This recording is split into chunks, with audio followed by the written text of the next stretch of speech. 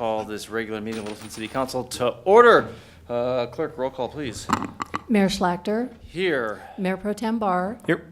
Councilmember Driscoll, Councilmember Grove, Here. Councilmember Reichart, Here. Councilmember Ryden is absent tonight, and Councilmember Peters is on her way, I presume. I presume as well. We do have a quorum. All right. If you could please rise for the Pledge of Allegiance.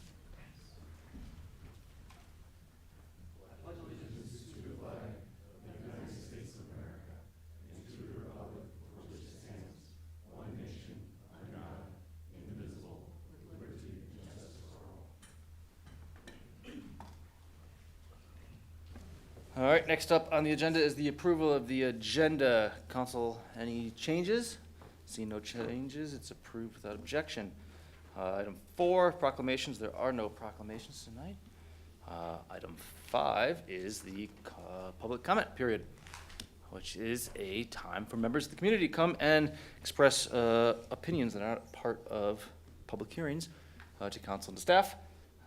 Everyone is limited to 3 minutes. We expect comments to be civil. When you hit your 3-minute mark, I'll let you know. And I'll go through the list of people that have signed up first, and then give anyone an opportunity to speak that did not sign up. So we have 4 people signed up here. First up, we have Philip McCart.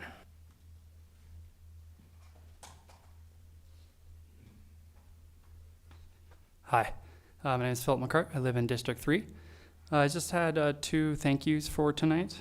I wanted to start the first one by talking about the missing middle amendment that was talked about at a study session like 2 or 3 months ago now. Finally was able to make it in, but I'm really excited about the fast track. I believe that was decided that night to try to study it sooner than later or implement it sooner than later. I can't exactly remember the details. But I believe that'll probably have the single largest impact on my future as well as my daughter's future of some of the stuff that we've talked about recently. I'm really excited about the potential unlocking of small scale development with small local developers. That kind of stuff really excites me, and the idea that my daughter might potentially be able to afford to stay near me if she wants to. She thinks I'm pretty awesome right now, but we'll see in 18 to 20 years. And then the other thank you I wanted to talk about was some of the bicycle experiments that have been going up around town. I was really happy to see them. They were thrown up relatively quickly after they were authorized. I'm sure they're definitely, they're not perfect, but I think I'm actually really excited that they're not perfect. What excites me the most about what's been done so far is the fact that DPW has tried multiple different materials, multiple different things, multiple different ideas all at once. I really like that spirit of experimentation. I really detest the idea of things being correct the first time. I think it's an absurd concept that we all kind of fell into that delusion starting when America got super rich 75 years ago, and it's a terrible way to go about things. So I hope we keep that kind of risk-taking going up. And most of all, I know you guys probably got a lot of individual, rather unpleasant emails on both of those topics. So I really appreciate the, what you have to deal with to try to do things such as these 2 items. Thank you. Thank you, Phil. Next up is Frank Atwood.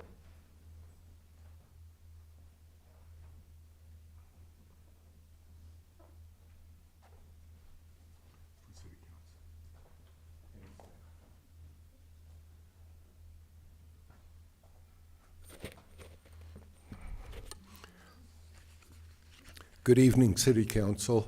My name is Frank Atwood. I live in District 4, and I come to you as an advocate for approval voting. Surprise. What is approval voting? For the audience, approval voting is like show of hands.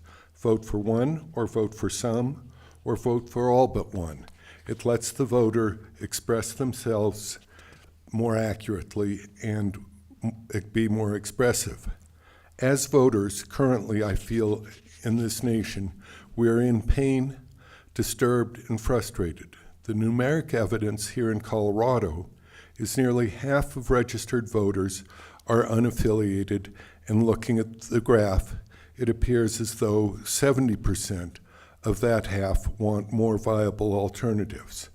The graph that you've seen here is being passed out, and you've got the data that looks like this, where, as I said, why are nearly 50% unaffiliated? My ask this evening is at the conclusion of the clerk's presentation and council discussion next week, I ask council members to propose that the City of Littleton submit a resolution to the state legislature requesting the legislature to pass enabling legislation for municipalities to use approval voting. Victory. I do not promise anyone victory. I say with approval voting, a candidate will have viability and visibility equal to his or her true level of support. Changing the voting method will rarely change the outcome unless there has been a spoiler in the race. What changes is the voting method does is it lets you, the voter, express yourself for more than one preference. Second, displays a candidate's true level of support. With approval voting, after voting for the lesser of two evils, you won't have to take as long a shower. Because the approval voting, you've had the opportunity to vote for both the candidate you really like without wasting your vote. Again, at the conclusion of next week's study session, I ask council members to propose that the City of Littleton submit a resolution to the state legislature. By passing this resolution here next week and subsequently at a city council meeting, you will have kicked the issue upstairs and possibly silenced me for a few years. Wouldn't that be nice for some of you? Thank you very much. Pleasure. Have a good evening. Thank you, Frank. Don't threaten us with a good time there. Next up is Corey Ritz. Let the record show Councilmember Peters is now with us.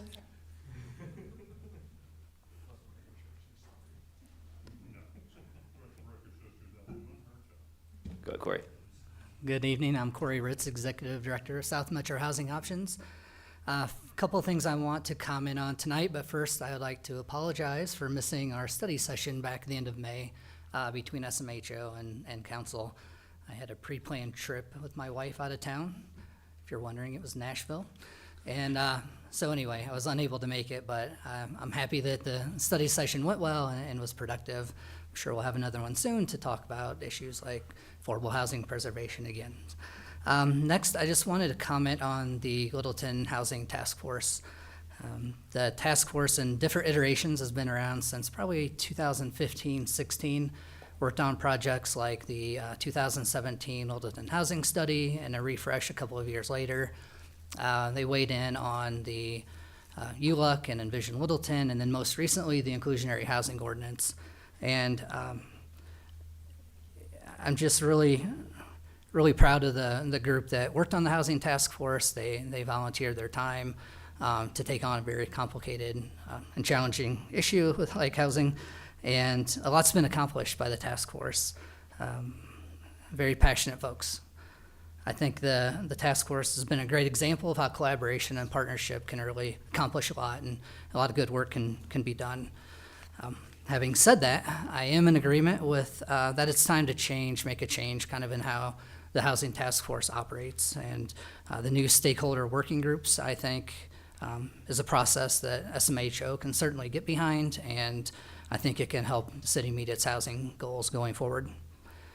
SMHO definitely desires to maintain our positive relationship with you all, and so we will help as much as we can going forward in the new process, and so we're here when you need us. On a different note, I would like to thank you for the appointment of our two newest board members. I'm very happy to now have a full board, I guess assuming everything goes well later tonight, but Kelly, I've known from her time on council, and she is a liaison to SMHO in that role. And I recently met Stephanie, the final piece of the board, and both very passionate individuals about affordable housing. So again, thank you for filling that board. Finally, I really just want to let you all know that I appreciate your continued support of SMHO and affordable housing in Littleton. I'm very grateful to have a city council like you all and city staff that support both us and the affordable housing needs of the city. We can't do it alone, so we truly appreciate your partnership, and thank you. Thank you, Corey. Last on the list is Greg Sullivan.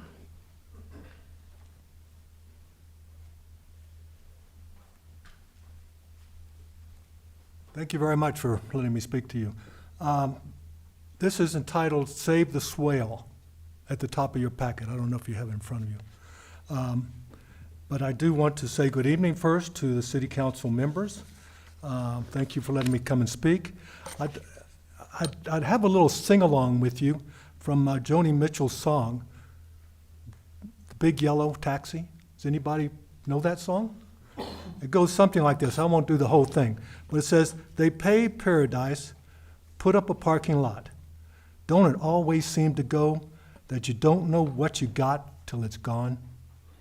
So I'm a resident of the South Park subdivision in Littleton, and I'm a community forester with the city of Denver and have extensive experience in tree planting. I'm here tonight to request that the city of Littleton not clear cut the trees and install concrete to replace the swale, which runs parallel to West Mineral Avenue at the proposed site of the new Costco warehouse. The designated area is approximately 5.5 acres in grass, which is maintained regularly. There's a spillway on the south side with ingress and egress pipes. There's a mixture of good, healthy honey locust, green ash, and different species. You have a picture in your packet. The situation to be addressed. In a recent South Park Homeowner Association meeting with the city manager and staff, I asked the community development director, what is the plan for the swale and trees along West Mineral Avenue in front of the proposed Costco warehouse? He said, quote, that all the trees would be cut down and the area would be in concrete. He further said that the plan to offset the loss of trees will be with replacements, though no exact number or their location was mentioned. I expressed my disappointment about the city plan. So what my reasons are to the city council is there's several reasons. There's a wildlife benefit with the homeowners. The wildlife is that the swale, as you can see from the picture, is a home to geese and other wildlife that come in and feed. There's a sequestration of CO2 by the trees and the grass that's significant. The total, as I estimate roughly, the total annual sequestration and offset is about 6,700, and this would be equivalent to 20,000 cars traveling one way in front of the swale per year.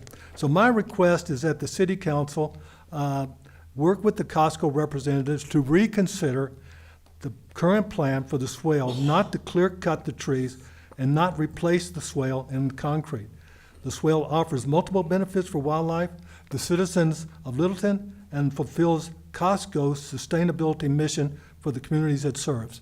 Thank you. You'll see some other information in there about Costco's sustainability. Thank you, Mr. Sullivan. That's your 3 mission. minutes. Thank you very much. Thank you. That's all we have signed up. Is there anybody else in the room that wish to speak? Pam?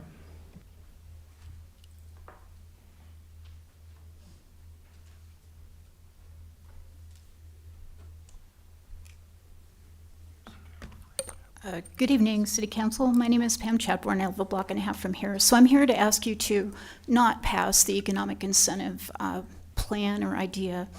The reason is because it was not fully explained or fleshed out to the degree we, the people, including you're people of Littleton, so are we, that we need to decide whether it will build a better city or build a crummier city that won't last into the decades of the future. And so, first off, I've said this before, and to me this is compelling.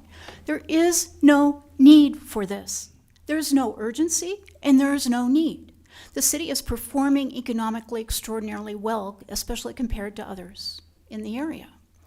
And I defy you to disprove me. It's staff to do so because no data has been brought.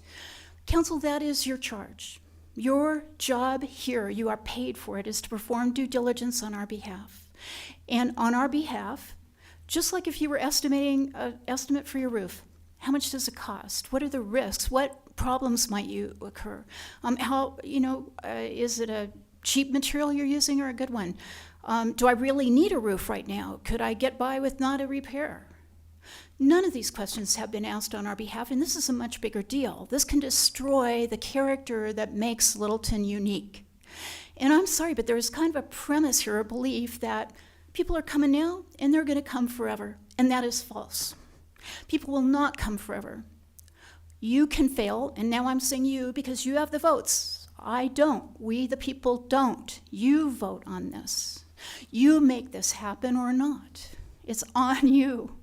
If you make the wrong choices and we lose what's unique about and good about Littleton, what is attractive people, quaint small town charm, human scale, and replace it with anywhere USA, front range mediocre architecture all over the place without enough parking, Littleton will become as unattractive as everywhere else and people will not come. Now, I think that that's likely. I want trained staff, professional staff, to bring data to show that I'm wrong. But right now, you and I and the rest of the people do not have evidence that, for one thing, we need these economic incentives. We don't know what they plan to do. What is the target? If this was comprehensive, this would have been integrated with the comprehensive plan, which we should be updating this year. And this would have been one department contributing to all departments in the comprehensive plan, just like we do a budget. This is not a good staff representation. On our behalf, Council, please do not pass this tonight and ask for more data. Thank you. Thank you, Pam. Anybody else in the audience wish to speak? Not seeing anyone. Does City Manager have any immediate response? Thank you, Mayor. It's just one regarding the Lumen site, the Costco development, and since this isn't agendized for tonight, I won't ask the Community Development Director to step to the lectern, but I will just say to fill out the context there, the question about the swale and the landscaping for that development was asked as part of a stream of questions, and I know that our director tried to just give the kind of shorthand answer, but at the same time, it's important that the council and the public know that the developer and staff are working collaboratively within the city's development regulations, within our tree requirements to make sure that any tree replacement occurs and that adequate stormwater drainage is provided for. You know, the needs for that vary depending on the development that's there, and we're certainly working to make sure that the developer has the optimum space that they need for their project while also meeting the drainage standards needed and meeting our landscaping and tree replacement policy goals. And then we certainly will speak more. I'll just say that we have a item on your agenda regarding economic partnership incentives, and we'll speak much more to the purpose and how data will be used during that item. Thank you, Mayor. All right, thank you.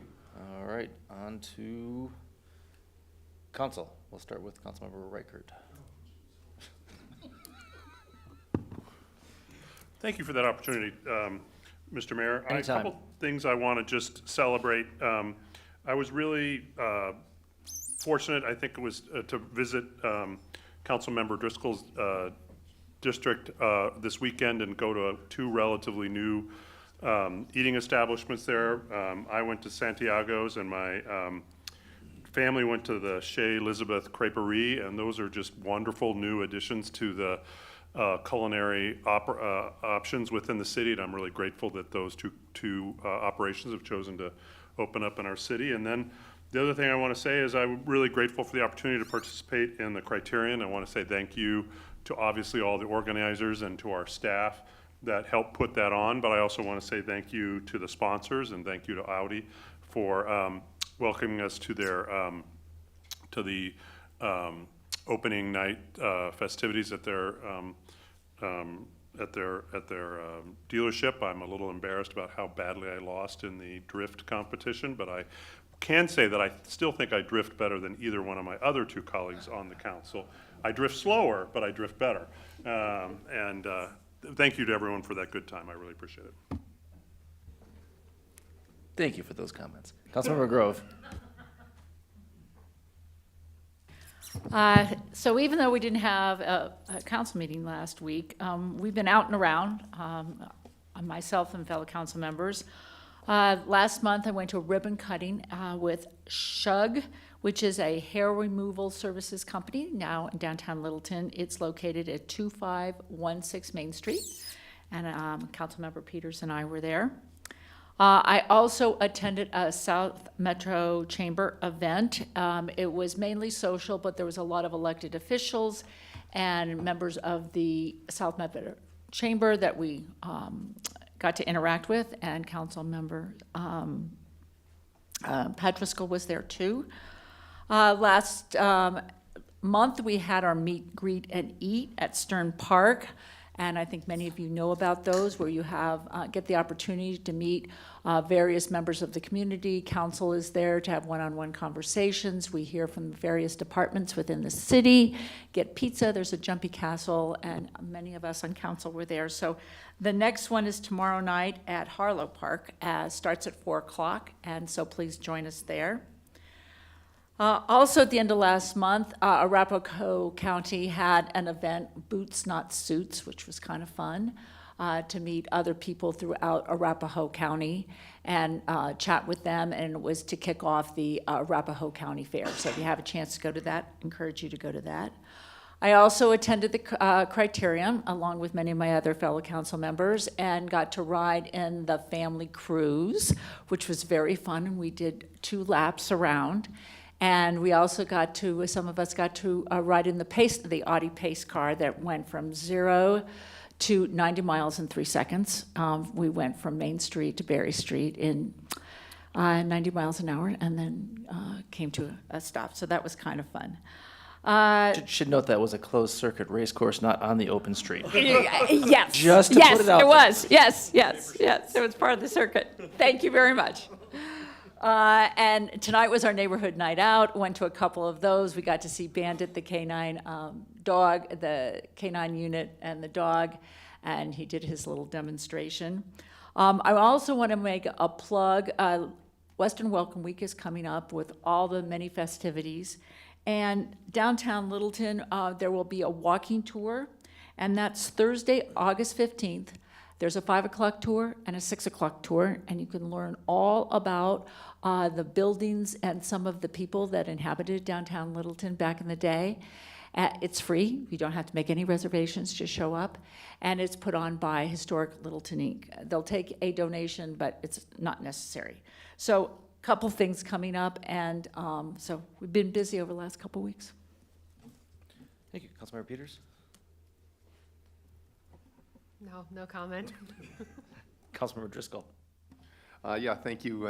Thanks to the people at Steeplechase and Riverwalk for National Night Out tonight. Great food and company, so it was a lot of fun. This weekend, there is another concert at Stearns Park, a long run. It's Eagles Tribute Band starting at 5:30, so come out for that. And then being an Elks member, I'd be remiss if I didn't mention their famous fishing derby that the kids can go to. That's on Saturday, starting at 10 o'clock, right here, right behind the building at the Geneva Lake. I think we bring in about 12 to 1,500 pounds of catfish, and we starve them for a couple days, so the kids have a great time catching fish, and they get weighed, and they get trophies and all sorts of good things. Free fishing pool, great way to introduce the outdoors to the kids. And then Sunday's the car show. That's a free car show. It'll be along Alamo, and a bunch of the parking lots. Curtis will be closed, and Alamo will be closed. So come out for that, have a burger, have a beer, and I'll be working both those stations, so come over and say hi. Thanks. Thank you. Mayor Pro Tem? All right, got a laundry list here, so I'll try to get through quick. Also, thank you to Jackass Hill and their community for the National Night Out. It was a fantastic spread, and thanks to our SWAT officers that rolled the truck on out and got to give all the kids a hop up into the cab. Wanted to echo some of the public comment regarding the Housing Task Force, and I just wanted to also pass my compliments on to the Housing Task Force that, many of those members actually were kind of my formative kind of introduction into what housing and housing policy looked like in the city. And I think they've, continued to pass on, a lot of great recommendations. And I hope this new iteration is just as functional and even more transparent and process oriented into the future. So it's not out of disregard that we are closing that down, but starting something new in its place. I also wanted to say, thank Kelly Nardi as she is kind of rounding out her time as our communications director, that she is still helping at least me and I'm sure other council members wrangle themselves to get to all these events and make sure we've got passes, and she's out there picking up food. And I just wanted to pass on my compliments to Ms. Kelly Nardi and say, I'm sure we're all going to miss her, and I know she's made my time on council just that much better, including at the Criterium, where my daughter and I also did the family ride together, and my daughter had just an absolute blast. So would encourage those to come out and do that next year. Boots Not Suits also attended that, spoke with county commissioners at Boots Not Suits regarding some of their funding gap challenges. We are expecting to see hopefully some language on ballots here soon, and just wanted to push them to say, for policies and decisions regarding their funding gap that would be, I guess, not just beneficial to Littleton, but complement our own funding, our own funding mechanisms as well. So I hope to hear very shortly as to what that's going to look like. But Boots Not Suits was a great event, and compliments to Arapahoe County for just the county fair, because my daughter dragged me onto a couple of rides, which I have not been on in a long time and may not go on in a long time again. It was a great time. I also had the real pleasure of, in fact, I'd say it was probably one of the highlights of my time here on council at the naturalization ceremony that occurred here in our council chambers last Thursday night. I'm not going to go on and on. Mayor Schlachter was also in attendance and spoke words along with representatives from Senator Bennett and Hickenlooper's offices, as well as the USCIS officer there to administer the oath and essentially welcome new Americans into our community. There were 18 countries represented, 13 languages spoken amongst the crowd, and our new citizens were surrounded by friends and family everywhere from itty bitty babies to grandparents. It's a huge deal. I guess since Councilmember Ryden's not here, I was going to pass her a compliment, so hopefully she sees this in post. But it was, I think, her advocacy that really drove us to host that ceremony in our chambers. I hope we continue to do so again in the future. It was a really moving time for me, seeing so many people's lives truly making a big change. So yes, I want to pay some special thanks to Dennis Quinn, who was also helping obviously organize this work as well. So a huge effort on behalf of staff, and thanks to Councilmember Ryden for making that happen. Lastly, I was thankfully sponsored to go to a conference this last weekend. The National Co-Housing USA Conference was here in Denver. And so this was a bit like, salmon returning to their natural habitat from whence they came. I was just so happy to be around so many like-minded folks. And for those that don't know, I live in an intentional community, a co-housing community, where we essentially act as our own HOA. We help manage and work with each other to administer and functionally run our community. But in addition to that, building a neighborhood where we work together to support each other. I spoke on Sunday at a presentation and had a lot of really great discussion with the members in the audience about my experience on city council and how living in co-housing has influenced a lot of the decisions I make on city council, and how I kind of conceive of a lot of my job through a lens of kind of this cooperative living.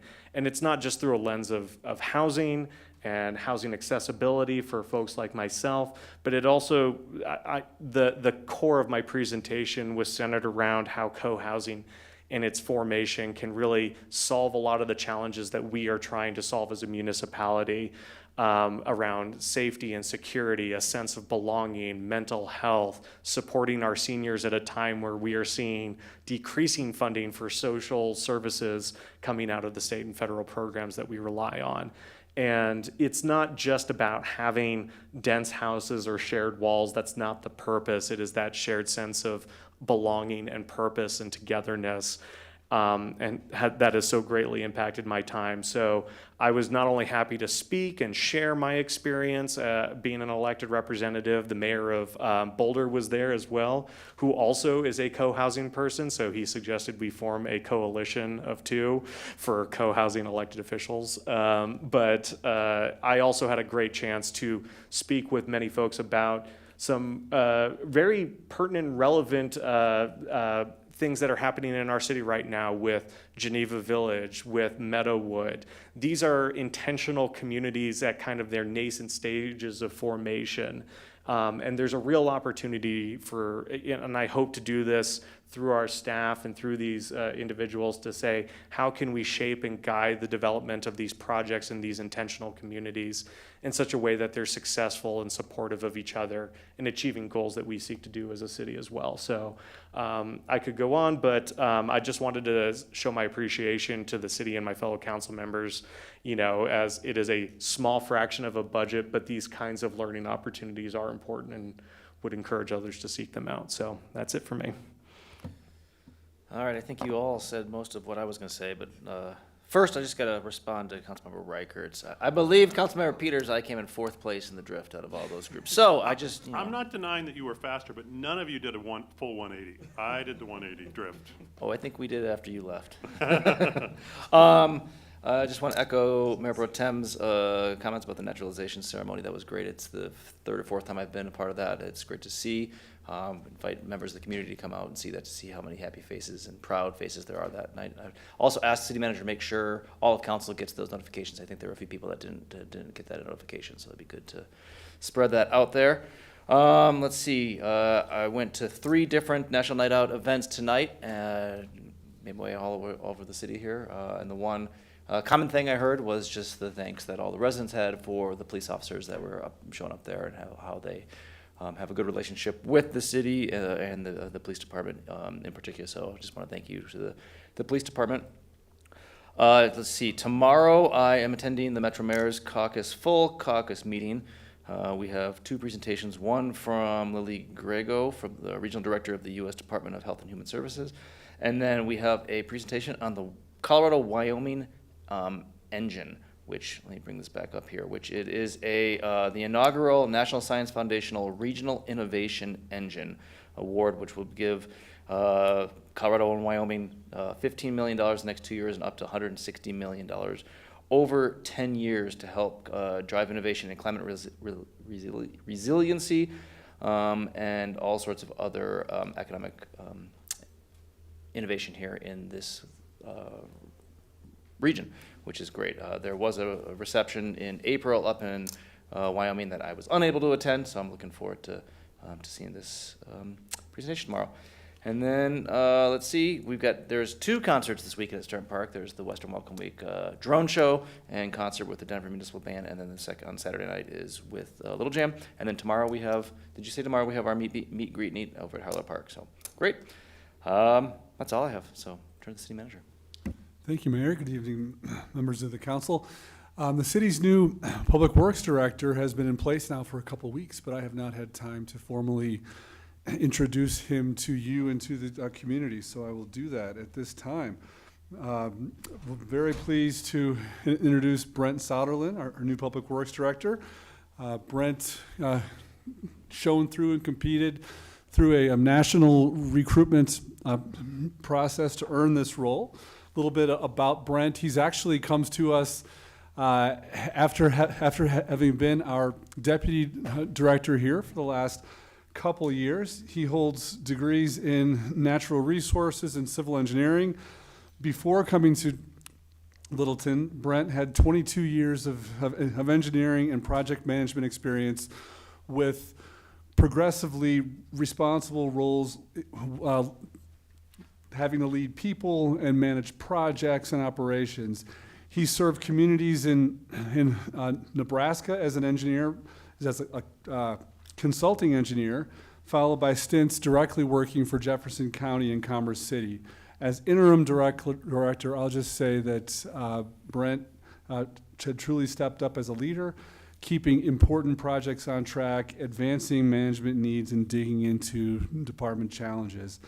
I also will say that the trust that the Public Works Department has in Brent's leadership shone through during the recruitment process.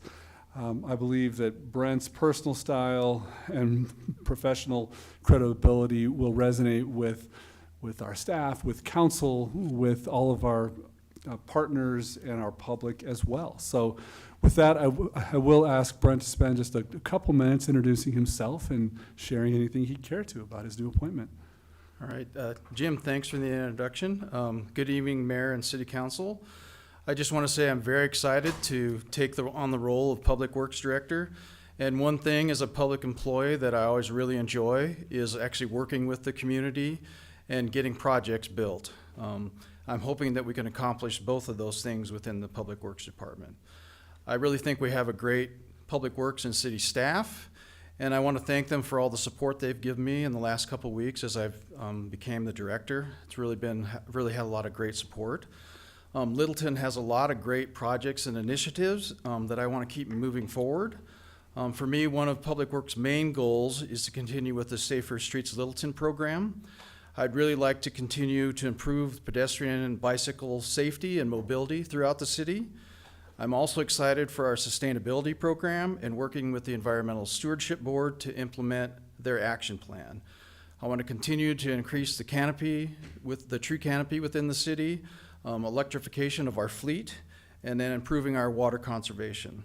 We also need to keep moving forward with improving our aging infrastructure, which includes our streets, sanitary sewer, and our storm sewer infrastructure.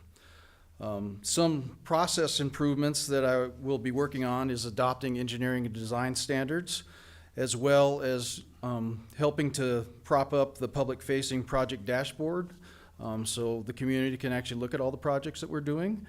And I just want to say thank you to the City Council, Jim, and the organization for this opportunity to lead the Public Works Department, and I look forward to the department accomplishing great things. So thank you.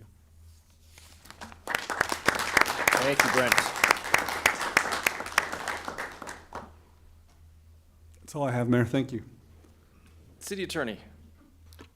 I will yield my time to Councilmember Ryden. Unless she kills me. Do you have a report, Councilmember Ryden? Yeah, I have an update, yeah. That was very kind of you, City Attorney. Thank you, City Attorney, for that surprise rendering. And apologies for being late, everybody.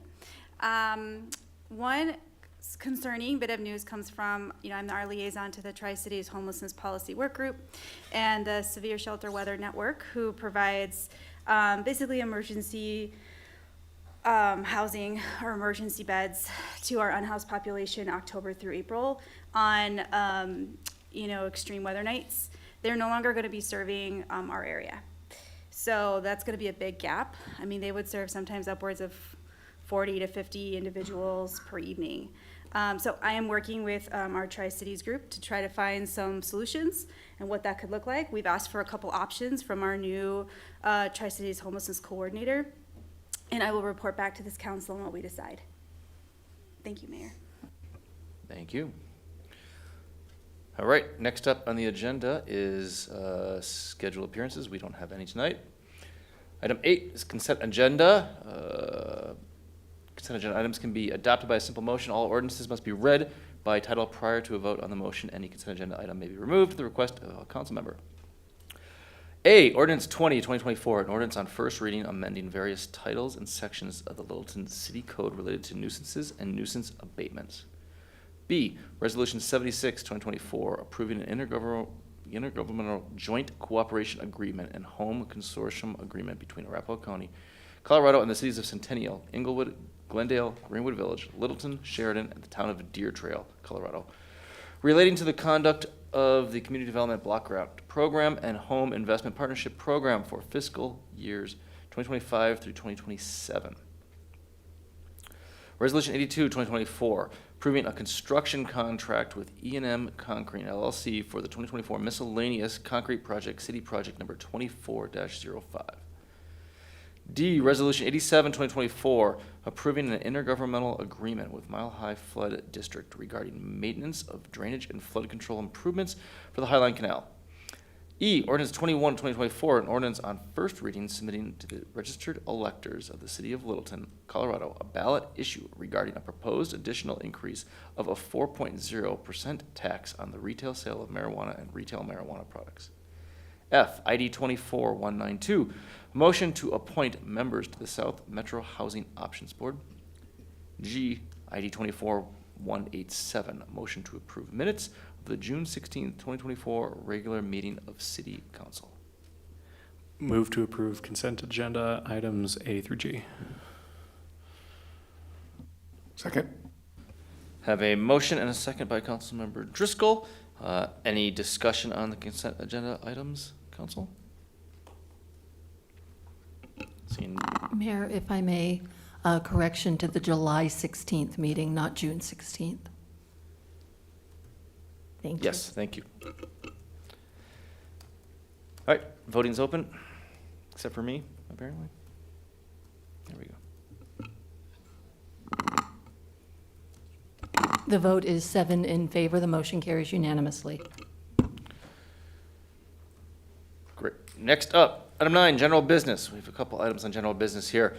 Resolution 84 of 2024 is a resolution adopting the city's updated economic incentives policy. We'll have a staff presentation, and council can ask questions. I'll turn it over to the city manager.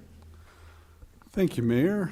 Yes, this item was the subject of a council study session on July 23rd, just a few weeks ago, and it's really the follow-on to some council discussions that you had back in the first part of the year, January, February. Staff and I know council has certainly recognized that we have some exciting development opportunities that are coming our way. These are regionally competitive and choosy retail and other amenity type of businesses who have a lot to offer the community from an entertainment and kind of quality of life standpoint, and also from a revenue standpoint and service support standpoint for the city.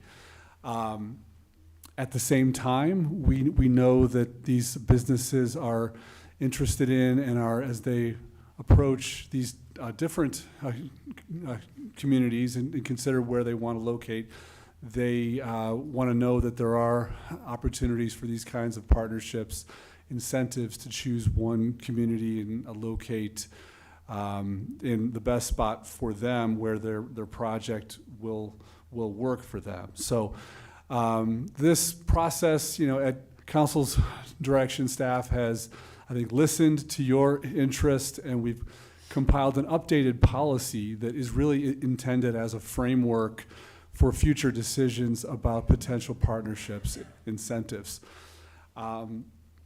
This is not intended to, this policy in and of itself does not grant any incentive or benefit to any developer, but it's really intended to focus our efforts on what's most important and provide this council and potentially future councils that framework for recognizing the most important things to our community, and really looking at that financial balance that we need to keep to advantage our city, our services, and also help projects work.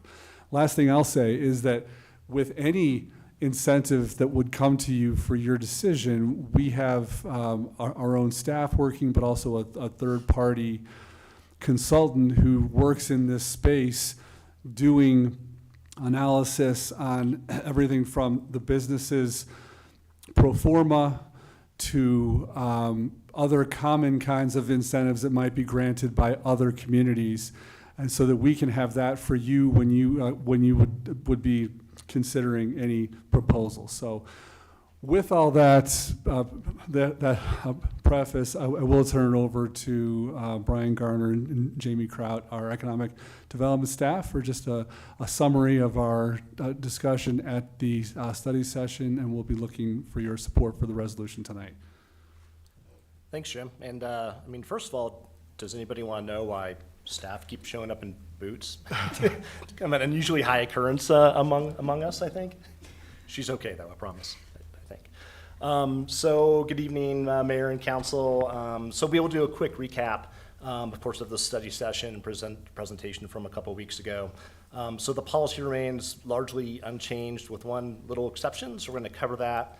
And then we're going to tag team this presentation because I know you love hearing Jamie's lovely Southern accent. So with that, we'll go to the next slide. It keeps them very entertained, or it kind of lulls them to sleep, one of the two. So kind of like we talked about in the study session, there are 4 incentive programs. I'm kind of going to run through these one more time. So the Retail Development Incentive Program is applicable to those who are creating that sales tax revenue, generating that for the city. The Primary Employment Incentive Program is an incentive to attract and grow employment opportunities within the city. The Revitalization Incentive Grant Program was created as a cash program to support small businesses, and specifically this grant is for improving the exterior facade there. And then the Enterprise Zone Tax Benefit, that one is a state program that we are helping facilitate in a very specific zone. Right now we're using it for capital campaigns, but to support people's capital campaigns, but we have not fully tapped everything I think that we can in that. So we're gonna continue to learn more about that in the future. Moving on to our 5 incentive types here. So the first one is retail sales tax reimbursement. Brian will talk a little bit more about this one in depth, but this is our largest reimbursement request. This will be working with the applicant to negotiate a set dollar amount that they would get reimbursed through that sales tax. Then moving on to the use tax reimbursement. This is focused on tangible personal property, so think furnitures, fixtures, equipment. Building and construction use tax reimbursement. That's focused on the use tax that is used in the materials used for construction. So that'll be a one-time rebate to offset the cost of some construction. And then the land development impact fee credits. This would be relief from city applications or waiving those impact fees. And like we talked about in our study session, probably the most rare one that we would see. Lastly will be the cash incentive grant. Just covered that with the revitalization grant, but any other grant in the future that we have, we give money back, it's in our budget line, that would go under the cash incentive grant.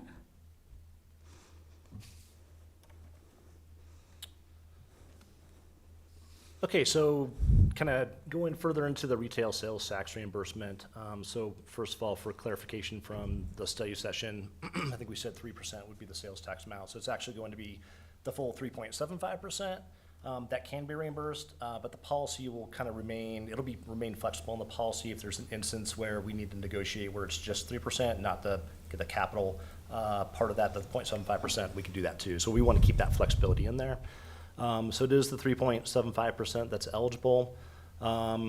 And then let's see, so we just really want to use that to be able to allocate what's best for the city through the negotiation process. So otherwise, the other provisions that you can see on the screen there, so would be intact. So there'd be a 50% maximum share back with a defined term, hopefully on the lower end of the defined term, but again, to keep that somewhat flexible depending on what the proposal is that comes in, right? And then a few other things, I don't know if we fully touched on these as part of the eligibility criteria from the study session. So just pointing out that the policy does give special consideration for certain projects that kind of going above and beyond what the standard criteria is. There's 11 criteria, certain depending on the application it would have to meet, either 3 through 11 of those criteria. So one of those is to facilitate the development of historically difficult to develop or economically disadvantaged parcels. So we obviously have a few of those in the city that come to mind.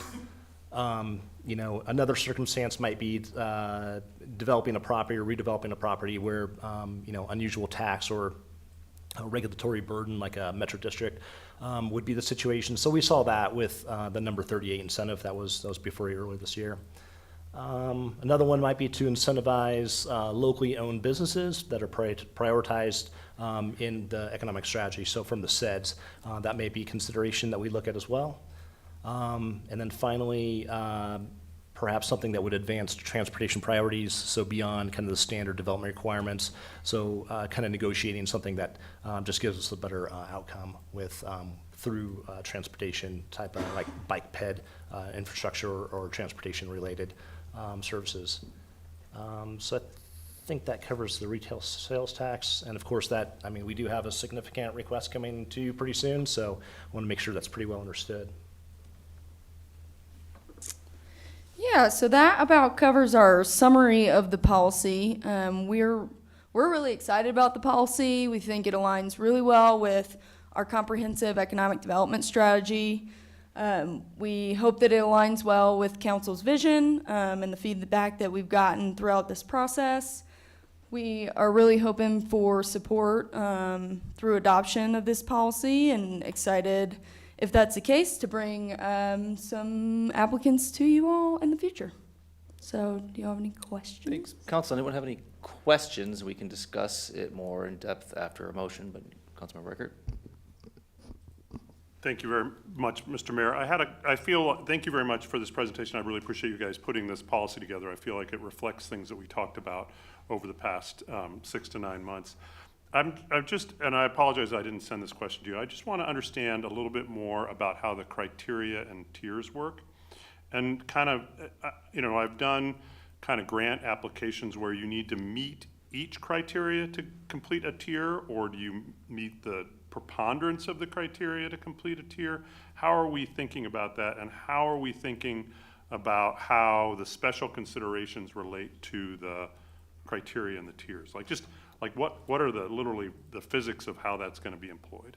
Yeah, so they generally coincide with the type of program, the type of incentives that are there. And so, I think a larger request would just contain naturally more criteria to be able to justify the application, the request that's coming to us.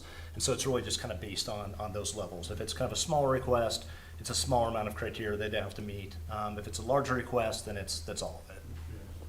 So it's clear, yeah, there's different tiers depending on the request, but what does it mean to meet a tier? Do you have to meet all 3 criteria to meet the tier? Yeah, so it's really going after justification of the request. So yes, you got to meet all.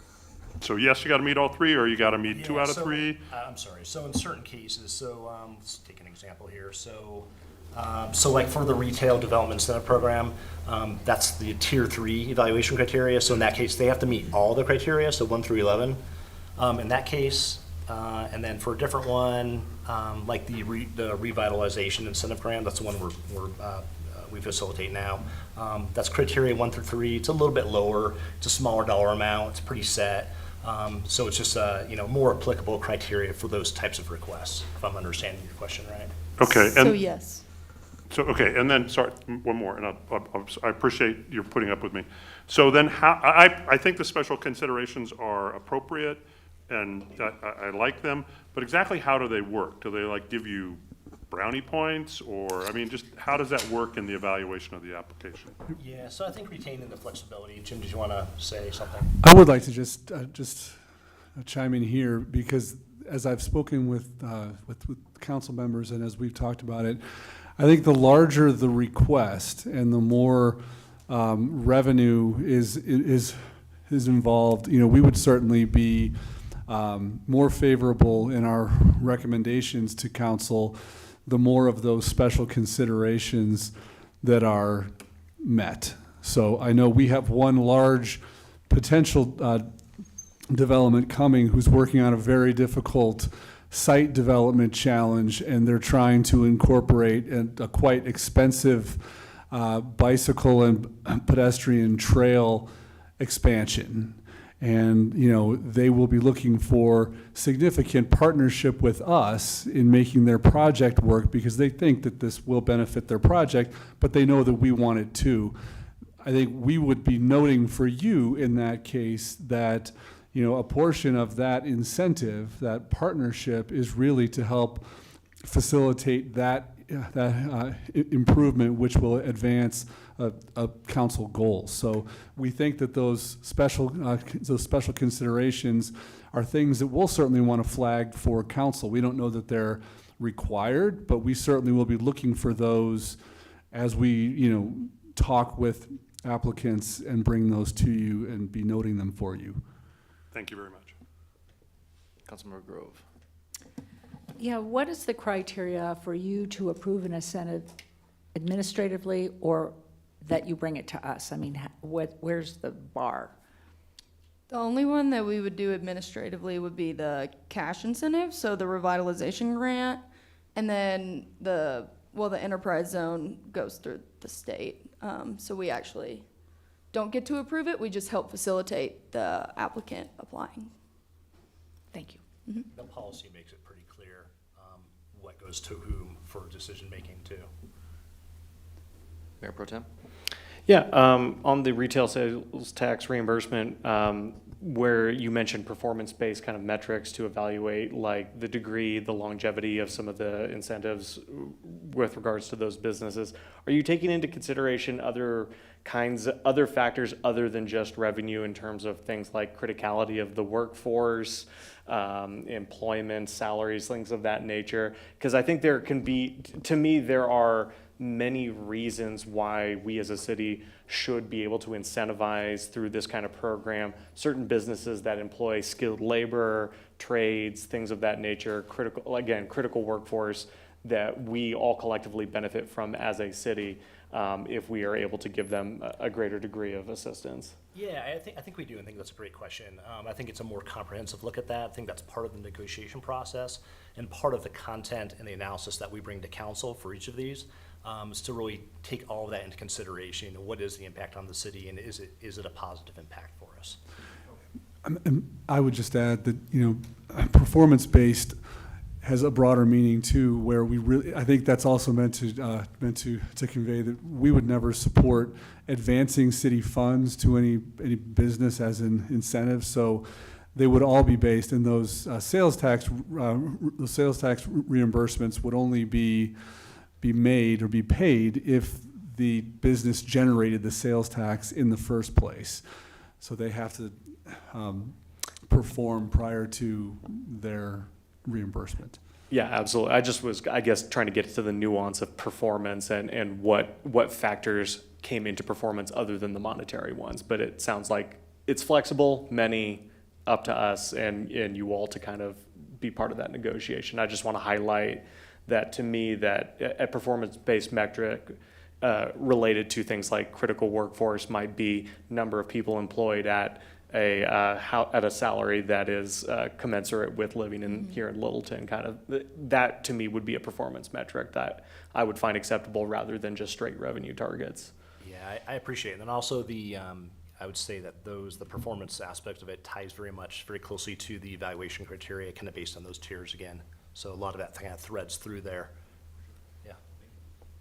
Councilmember Ryden. Building on what Councilmember Barr, I think, was saying, what would be the timeline for the metric reporting or the performance reporting? Like, how will we know if it's successful?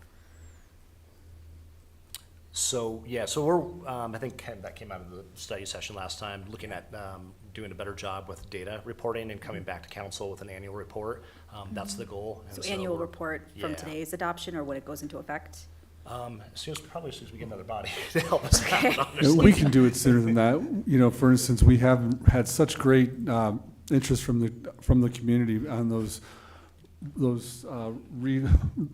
revitalization grants. They've been helping so many businesses. We'd like to share that word with council and with the public too. So we can have that for you as soon as we can.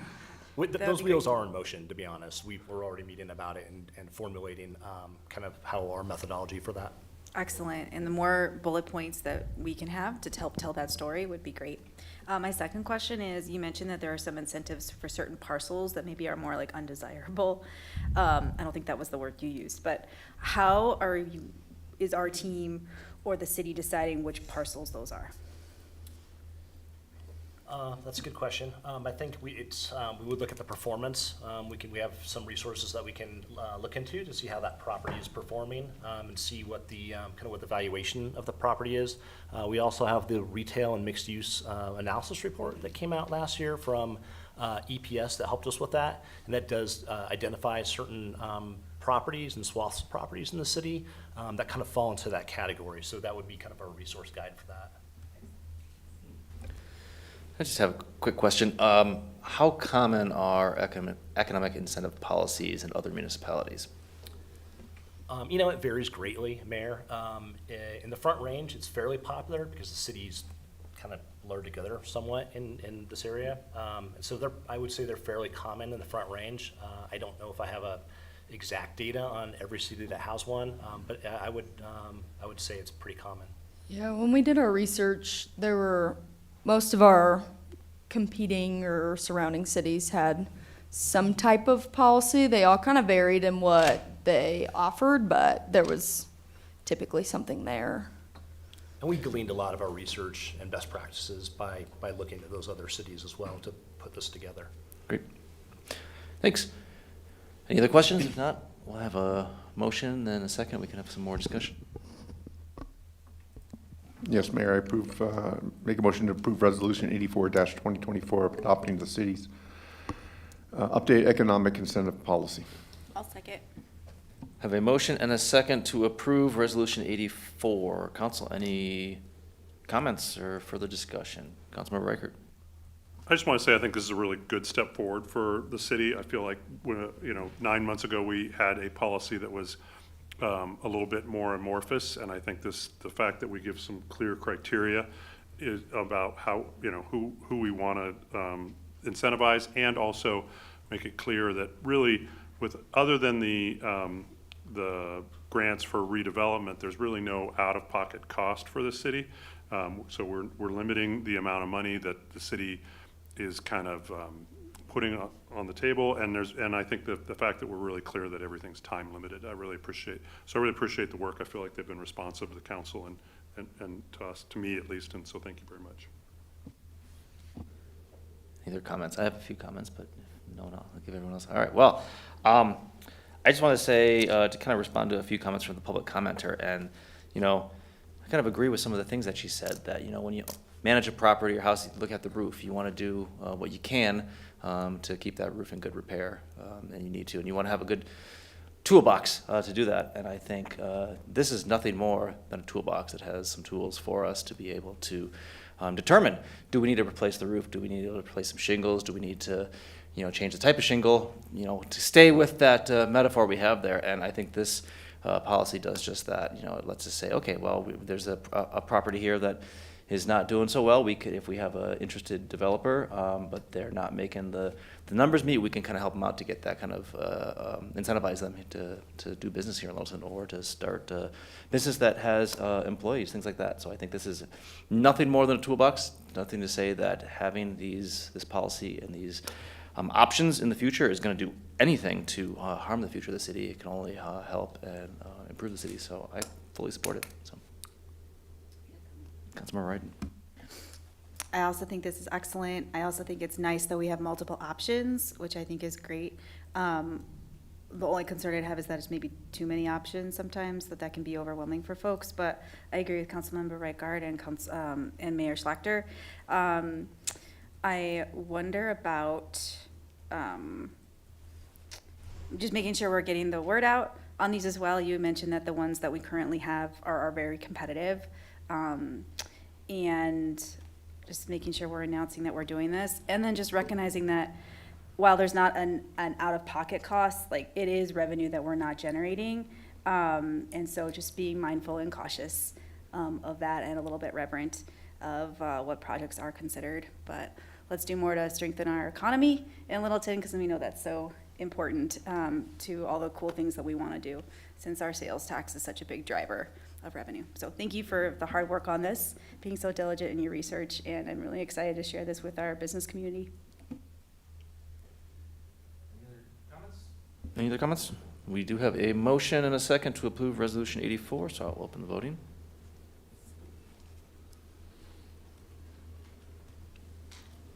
Councilmember Wright. The vote is 7 in favor. The motion carries unanimously. Great, thank you, thank you. Mayor, Thank may I you. add one thing? Yeah. I would be remiss if I didn't mention the support from the Littleton Business Chamber. I believe they sent a letter addressed to the city manager and to the council for that, so we appreciate their support very much, and so it was meaningful to have that support from them as well. So just thought I would mention that. Great, thanks. Thanks. Thank you. Next up on general business, we have Resolution 88, 2024, resolution approving an intergovernmental agreement, or an IGA, with the city of Inglewood for a shared green business program. So we'll have a presentation from staff. And we can ask Thank you, questions of the Mayor. I'll manager. just introduce. This is an opportunity that has come out of our informal collaboration at this point with the cities of Inglewood and Sheridan. We partnered with them on many things, and those two cities have actually started a program like this that they've invited us to join in. And I'll just mention up front that this is really made possible only through House Bill 211162 that has been in place for a couple of years now. It's the plastic bag fee that we all pay if we use bags when we go to a grocery store or other retailer. So that law gives very narrow purposes for how cities can use those funds, and this is a perfect fit. So with that, I'll ask our Deputy City Manager, Mike Gent, to give a little more depth on what this would be and how it would work. Take it away, Mike. Thanks, Jim. Good evening, Mayor, members of the council. It's my pleasure to talk to you about this possible partnership tonight. I also would like to introduce my colleague, Mel England, who's the Sustainability Program Manager for the city of Inglewood and Sheridan. And really, she's the catalyst behind this potential partnership and why we have the opportunity to present it to you tonight. As Jim mentioned, the Plastic Prevention Reduction Act was passed in 2021, allowing enacting a requirement that retailers that provide single-use disposable bags collect a fee. Most of that fee, almost 2/3 of it, is then submitted to the cities that those bags were sold in. So the city has received these fees. They can only be used for certain purposes. Earlier this year, we found out that Inglewood and Sheridan were planning to use their fees to promote a state program called the Green Business Program. And we have been anxiously talking to them about this program and what it looks like for them and what they hope to get out of it. So the Colorado Green Business Network is designed to provide technical assistance to organizations that want to improve their impacts, want to decrease their impacts and improve their sustainability efforts. They also provide recognition for those who make significant progress. Really a promising program to help what in many communities is the largest greenhouse gas contributors in the commercial sector of those communities. Unfortunately, many businesses aren't aware of the program, and if they are aware of it, aren't sure how to navigate the program. So Mel and her team have put together a plan to promote the program, to hold hands of the businesses as they navigate the program and really help them take advantage of these resources that are available to them and make progress.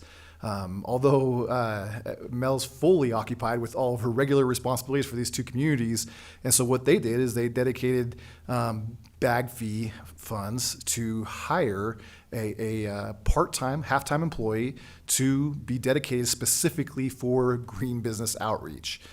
So for 2.5 days a week, this employee comes in to those two communities and leads the efforts in those communities. So in discussions with them, we came up with the idea to potentially make that part-time employee a full-time employee, and they would spend 2.5 days each week serving businesses in the city of Littleton. So in this particular partnership, the employee is already hired, is already working in these two nearby communities, and we would just expand their influence to impact Littleton as well. along with introducing and promoting the standards of the program, they also would be regularly liaisoning with the county and the state, and just creating a momentum here in Littleton with our business community to hopefully accelerate our sustainability efforts. They would not be used for other sustainability efforts. They would be dedicated just to the Green Business Network. So that's true in all three communities. They're not being used for many of the other very worthy sustainability efforts. They're specifically dedicated for this outreach.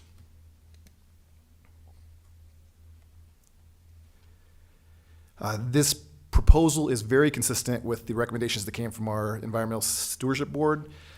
Thoughtful urgency, it's something that we can do now. Collaboration, really multiplying and magnifying the efforts of other entities such as the businesses in accelerating our sustainability goals, and just optimism in general, the idea that we can make a difference and we will make a difference. Specifically, action plan item number 2.2.5 talks about supporting the sustainability coordinator, who is expected to start with us later this month, by giving them the support they need to connect with businesses and encourage them to take sustainable actions. And so by entering into this partnership, when our sustainability coordinator starts, they'll be able to focus on other areas and really watch this other coordinator impact the commercial and business interests in making their efforts meaningful. So we already know how much the employee will cost because they're already working, right? So we just need to pay the difference between being a 50% employee to being a 100% employee. And the City of Inglewood has already considered this a proposal, and their council has passed it. So if we pass it, it will be implemented. The agreement talks about funding that would be required this year to start immediately, the funding that would be required in 2025, and the funding that would be required in 2026. Although it's also acknowledged that it's contingent upon each budget and those monies being appropriated. Certainly, lots of reasons to be excited for this program, and I'm happy to answer any questions. Mel also has graciously offered to come up if you have real specific questions about day-to-day and how that would work. But really, I'm grateful for your consideration of this proposal. Council, any questions? Mayor Pro Tem. Yeah, I was wondering, do the cities of Inglewood and Sheridan already have green business kind of work plans in place or initiatives already going forward that essentially we would be able to essentially utilize for our own business networks? And that might be a great question for our guest tonight. Thank you. Yeah, so we are following the Colorado Green Business Network template. The state already has this amazing rolled out program that they've used for years and years. So Aiden, who is our Green Business Program Coordinator, is currently getting trained up. There's actually already some businesses signed up for this program because it's been ongoing. But hiring on this person, they get this one-on-one technical assistance, and they actually get help implementing the program. I believe we checked, and Littleton already has some businesses in the program, but when they sign up and they don't have that one-on-one person, they kind of are just like in this system, and they kind of have to like work through it on their own because the state only has about 4 people for it. So our work plan right now is to get Aiden trained, get the Green Business Program trained up. If you all decide to tack on, that's kind of a perfect timing for you because you bypass all the training that we're doing with him and you get him ready to go. So yeah, we're just working through that training and then the outreach, really working with Chamber of Commerce and get people that are really excited to get those case studies to show other businesses why the program is so amazing. Councilmember Grove. Will the fee we collect from the plastic bags cover the cost of the salary of the individual, the half-time person? Yes, that is the plan. So certainly it'll cover 100% of it for this year and next year and likely the third year as well. But each year we'll take a look at that. And that money is restricted. It can't be used for paving roads or for police activity. It can only be used for very specific purposes. And thankfully, our partner cities figured out this is a great use of it, and we agree. Before we became aware of this opportunity with the other cities, what was the plan for this money? Yeah, so a portion of it can be used for the administrative costs of administering the bag fees, right? And we do have one other sustainability effort that we're doing internally. Really small impact, but something we're trying to promote sustainability. But we really haven't had a great plan for what to use with this money. To be fair, it's while you see the numbers up there, it's not a huge sum of money, right? But it is enough to fund this program. Thank you. Councilmember Wright. Is that the entire budget? This is what the cost of implementing the program immediately would be for this year and for next year. Okay. Yes. Were you asking the entire budget for the bag fee, though? What is the bag fee revenue? Oh, no, so we're still collecting it, right? So anytime that a business has a single-use disposable bag, they have to collect the 10-cent fee. And so the money is still being submitted to the city and is growing right now. So I can just say we collected approximately $75,000 in 2023. We're aware that, if the program, as we go forward, we think that amount will drop off precipitously as we're all getting used to bringing our own bags to the store. But for that first year, that was a good amount. And I know that number is less so far. Actually, it's still strong for this year, but we do envision that we won't have that same level over the course of the next few years. So this program fits well with what we are confident that we can bring in with last year's money, this year's money, and potentially next year's money. Plastic bags are prohibited now, so they're not even available for sale anymore. One of the reasons why that number is decreasing. Yeah, so a lot of the businesses were allowed to continue using the plastic bags, and then in 2024, those were not allowed, but there still is a 10-cent fee for paper bags, so there is some income coming through the program. Councilmember Driscoll. Yeah, how is this position measured? What matrix are we following? Yeah, so we have a plan, of course, to measure the impact by number of businesses involved, by the type of activities that they are supported in doing, the recognition that they receive, also just subjective feedback from the businesses. What did you get from this? Those kind of things. This position also could potentially pursue grants and other funding mechanisms that could bring additional revenue in to support efforts in helping businesses. So there'll be a number of ways that we measure impact, but absolutely, that's what we'll be doing every year. So, by the time we ask for the funding for 2026, we'll have an accountability available to you to say this has been the impact. And so, and then by the time there's no bag fee money available, if this position is still making a significant impact, we'll have to make a decision on whether or not we want to find other funding for it. And if it's not making, then we'll know. But piloting this to really promote the state program really is a great idea of how to leverage additional resources from other entities such as the state. Yeah, go ahead, Mel. One other really interesting metric that we really liked was that since the state has been doing this program for a long time, they were tracking energy savings, and I'm not sure how they were doing it, but they said a typical business, when they go through the program, which is completely free, the technical assistance will always be free, typically saved about $1,300 in their first year. So that was just a tidbit. So business savings. In energy, or where was that savings?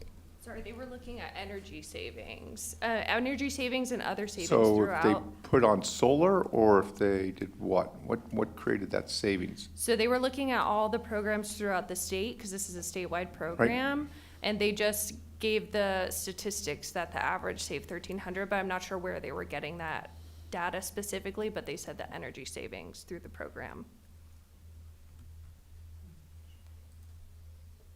Councilmember Redden. You mentioned the Environmental Stewardship Committee in this. So it was vetted by them, and they thought this was a good use of. They were very excited about this potential Okay. partnership, and excited that we'd be doing something that would be outreach to our business community. They really want us to leverage partnerships. Okay. Just a couple questions. So the total cost for this position is the $102,000 a year? For 2025 and for 2026, what you see on the screen. Okay. And so this is I'm a little confused. So Inglewood and Sheridan already have this partnership, and so this position is housed in Inglewood right now. And so is the agreement with just Inglewood? Why are we not getting into an IGA with Yeah, Sheridan as well? The employee is a City of Inglewood employee.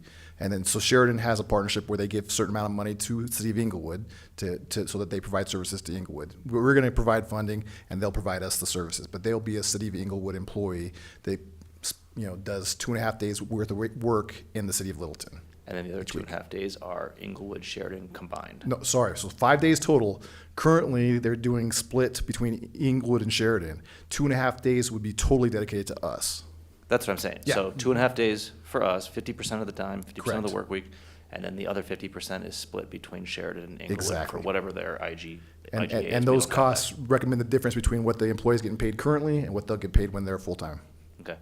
And the question that I had wrote down and kind of been asked is, this is a temporary position with the bag fees. Obviously, they're going to Yeah. go down or go to nothing. So has Yeah, there it's- been much thought given to letting people know this is a temporary position because we're using temporary So funds? they had a really good talent pool that applied for this position, and they checked with them during the interview process.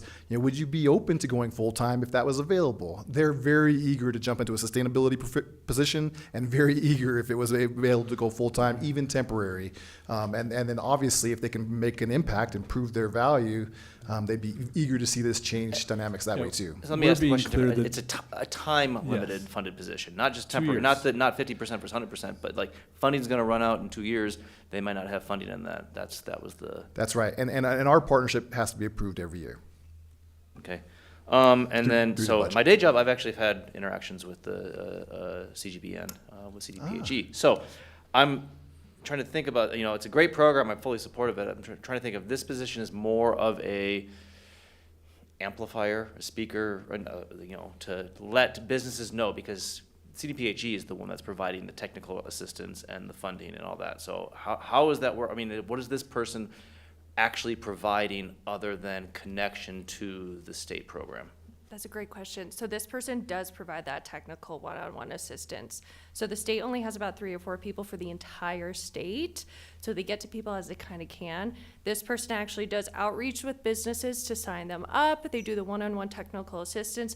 They're that person to answer any question they have. If they have an EV question, they can answer. If they have a solar question, they can answer it. And they can pull different funding mechanisms or opportunities with the state for this person. It's very much a one-on-one relationship, and they do everything for the program. They just get trained through the state, but really that's the main essence of it. Do you know if there'd be any potential, obviously, the state budgets are always tight, but funding, if they're basically doing the work that the CGBN is doing, but just in a very specific geographic area in the future, to have that person be, maybe would there be any grants from CDPHE to continue some of that?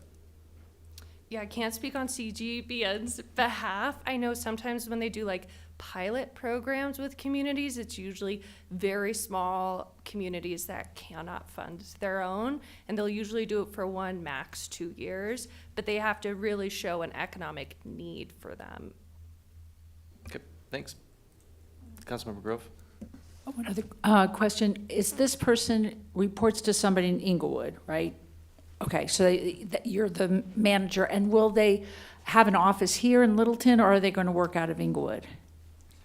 So they'll work out of Inglewood, and so she'll be responsible for the schedule, for the evaluation of their work, for supporting them, those kind of things.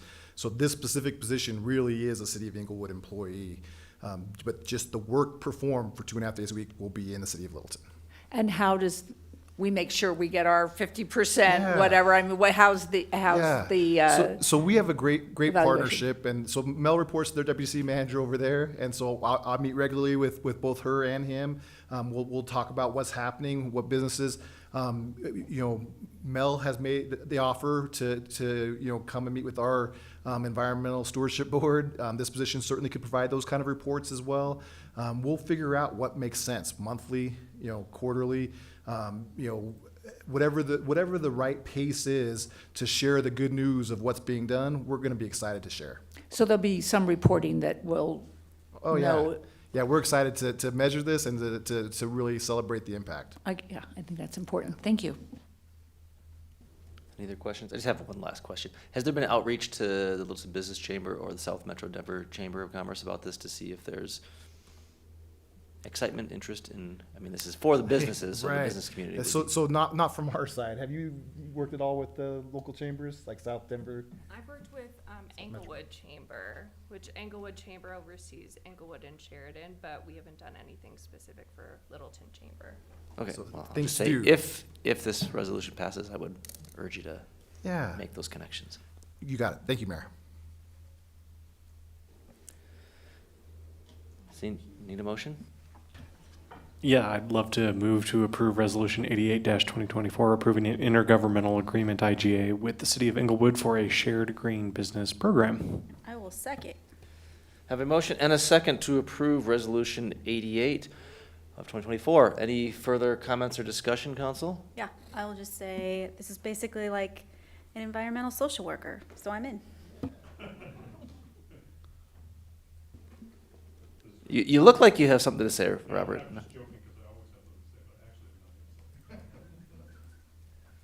Mayor Pro Tem. Yeah, I appreciate this going in front of our Environmental Stewardship Board prior to it coming to us tonight and having them review it. I think the mayor has kind of covered some of the things with regards to the funding stream that is supporting this position.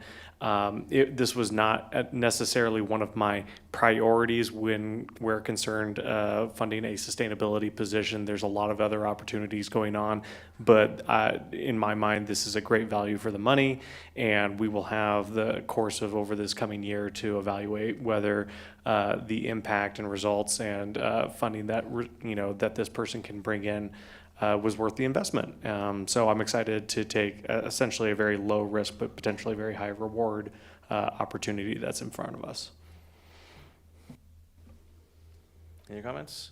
I'll just add that I think this is, I had some concerns reading it first. I mean, it sounds great. I like the idea, I like the program.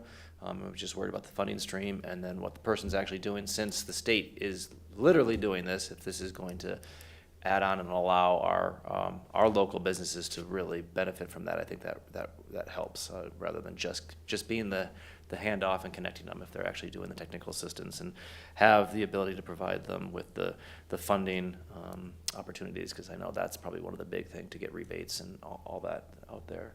So, yep, I definitely support this. So we do have a motion and a second for Resolution 88.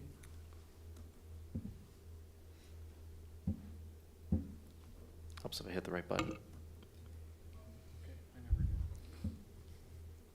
The vote is 7 in favor. The motion carries unanimously. Great, thank you. And last up, we have ID 24194, kind of a update from the city manager about the housing stakeholder working group to kind of provide council with some information on the status of that and kind of get feedback from council. So, city manager. Thank you, Mayor. As the SMHO executive director spoke about tonight, they have been involved for a number of years now, as has our staff, in supporting council's housing policy goals, and that landscape has changed fairly dramatically over the last few years for the better. And where we started without much of a staff and policy ordinance framework for housing, we now have all of those things, and we have quite a directed work plan from council on housing policy. So with thoughts and engagement from a few of the key housing task force members over the last few months, we've heard about some changes that they thought we could make, that our staff thought we could make, that could deliver advice on housing policy more efficiently for council. So with that, I'll ask Kathleen Osher, who has been involved with this task force since its inception, to give a little more background and explain how we think this new model can work. And then just to be clear about what we're looking for tonight, we are asking for council's consideration and ultimately support to try this new method of policy policy advice on housing. So, Kathleen. Thank you. Good evening, Mayor and members of City Council. So the housing, as Manager Becklenberg mentioned, has been a top priority for Council, particularly in recent years, but I have to say throughout my entire tenure and even before. As Executive Director Ritz mentioned from South Metro Housing Options, there has been some iteration of a housing task force that's provided both advice, guidance, suggestions, recommendations to council, as dating back as early as 2015, and was incredibly helpful tool as we went through a housing study, recommendations that then ultimately became part of our comprehensive plan. The context of our housing work has changed pretty dramatically.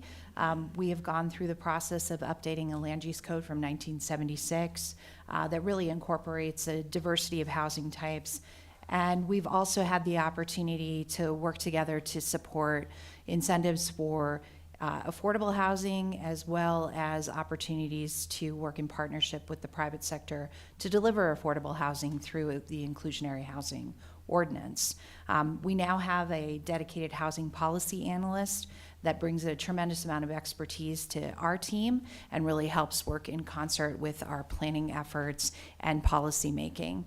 One of the other important contexts in our current landscape is that, as you know, the state legislature has made housing a top priority as well. So there have been a number of changes on that front that we continue to work through and really can utilize that expertise of our housing policy analyst. The other important addition over this last year is that we've gone through a regional housing needs assessment in partnership with the Denver Regional Council of Governments.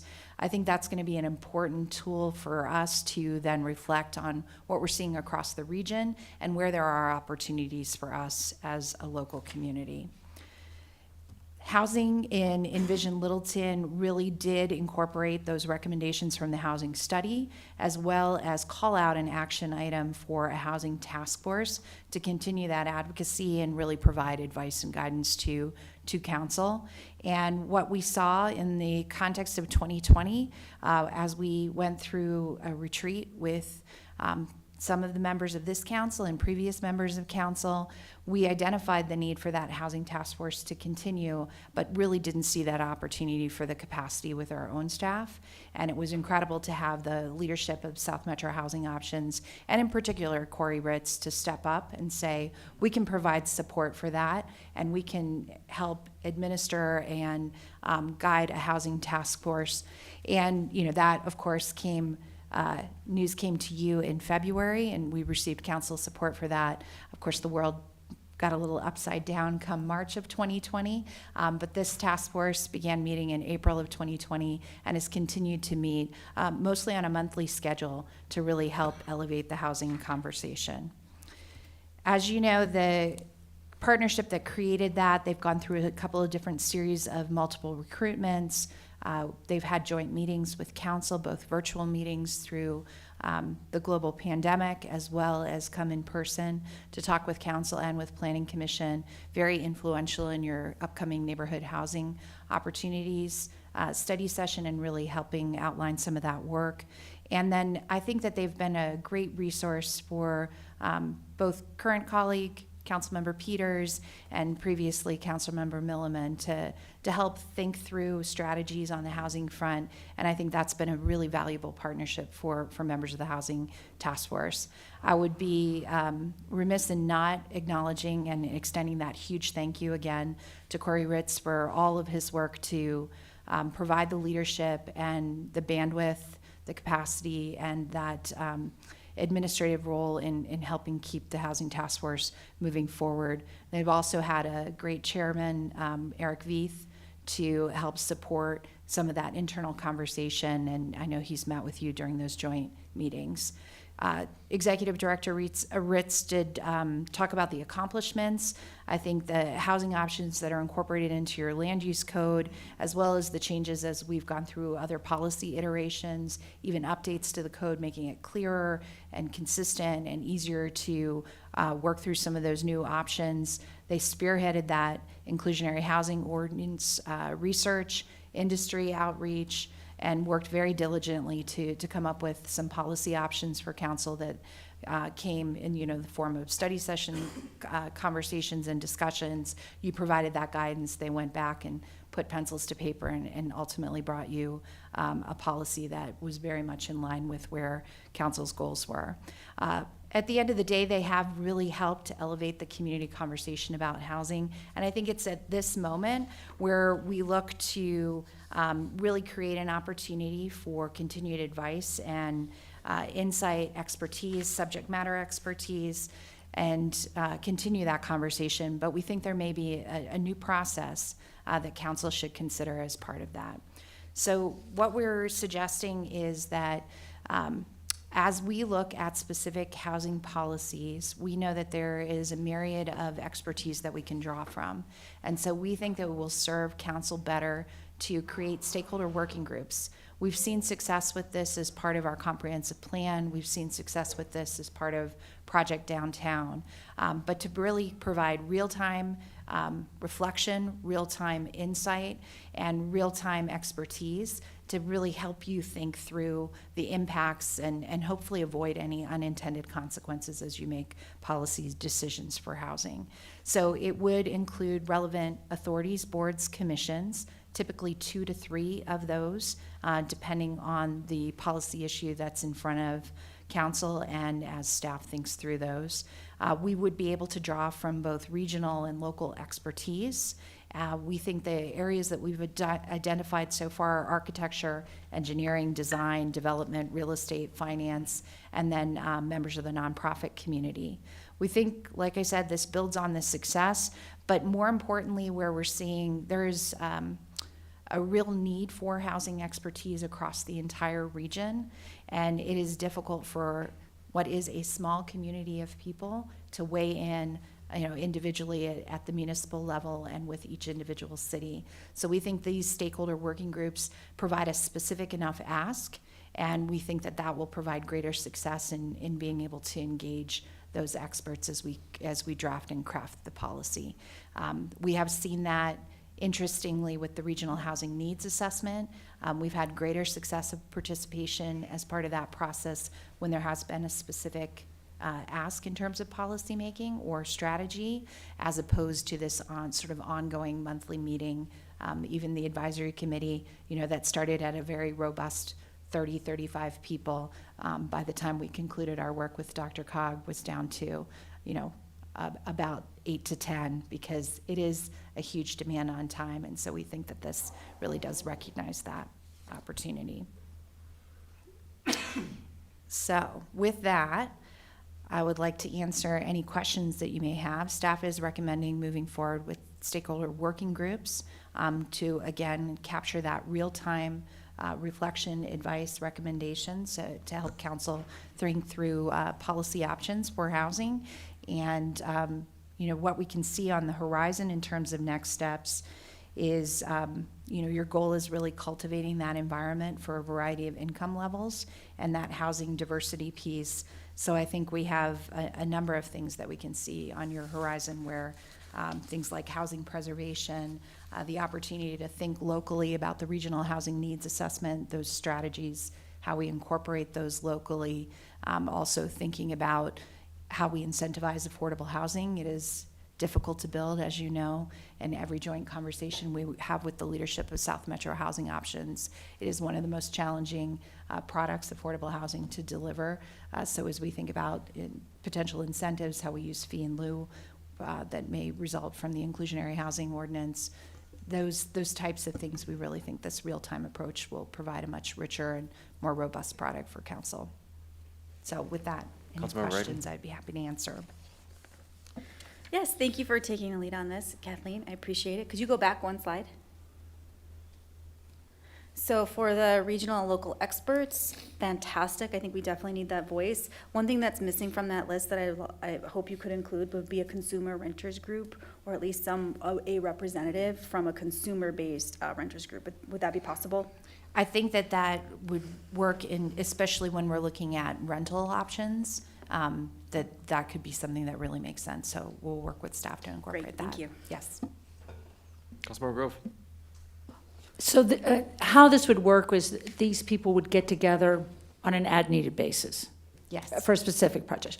And I agree with Councilmember Ryden. I think we need the perspective of the citizen and not just I understand the expertise of some of these individuals in terms of architecture and development, but I also think we need a citizen's perspective on, yes, we can make this housing affordable, but there'll be no parking, and how citizens or potential homeowners or renters would react to those kinds of things.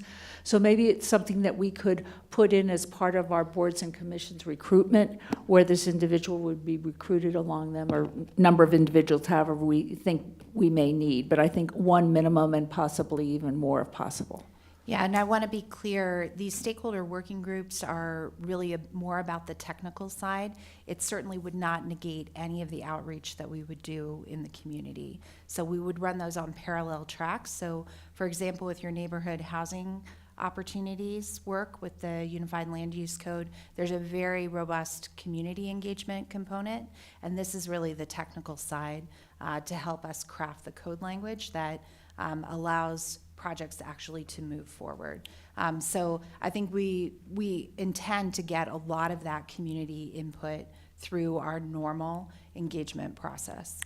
I don't want to negate the technical expertise that's needed, but I think there's some practical expertise that needs to balance that, and for it to go too far down the technical path without some perspective from a potential homeowner or renter or citizen, I think we would be remiss in not including that as part of the presentation to the community.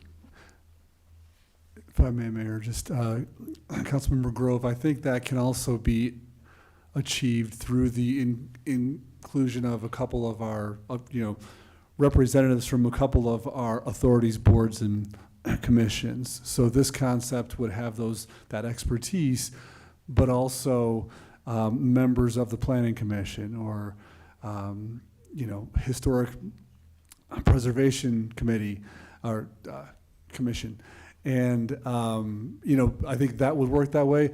Importantly, to be clear about this concept, it would not be another authority, board, or commission. So the vision is that when staff and council are scoping a policy project, like we did early this year for the ULUC changes that are in the works now, we're talking about public engagement, we would, recommend at that point to council the expertise and the membership that we're thinking of for that project, because we think it'll be different from project to project, and I think that's part of the real,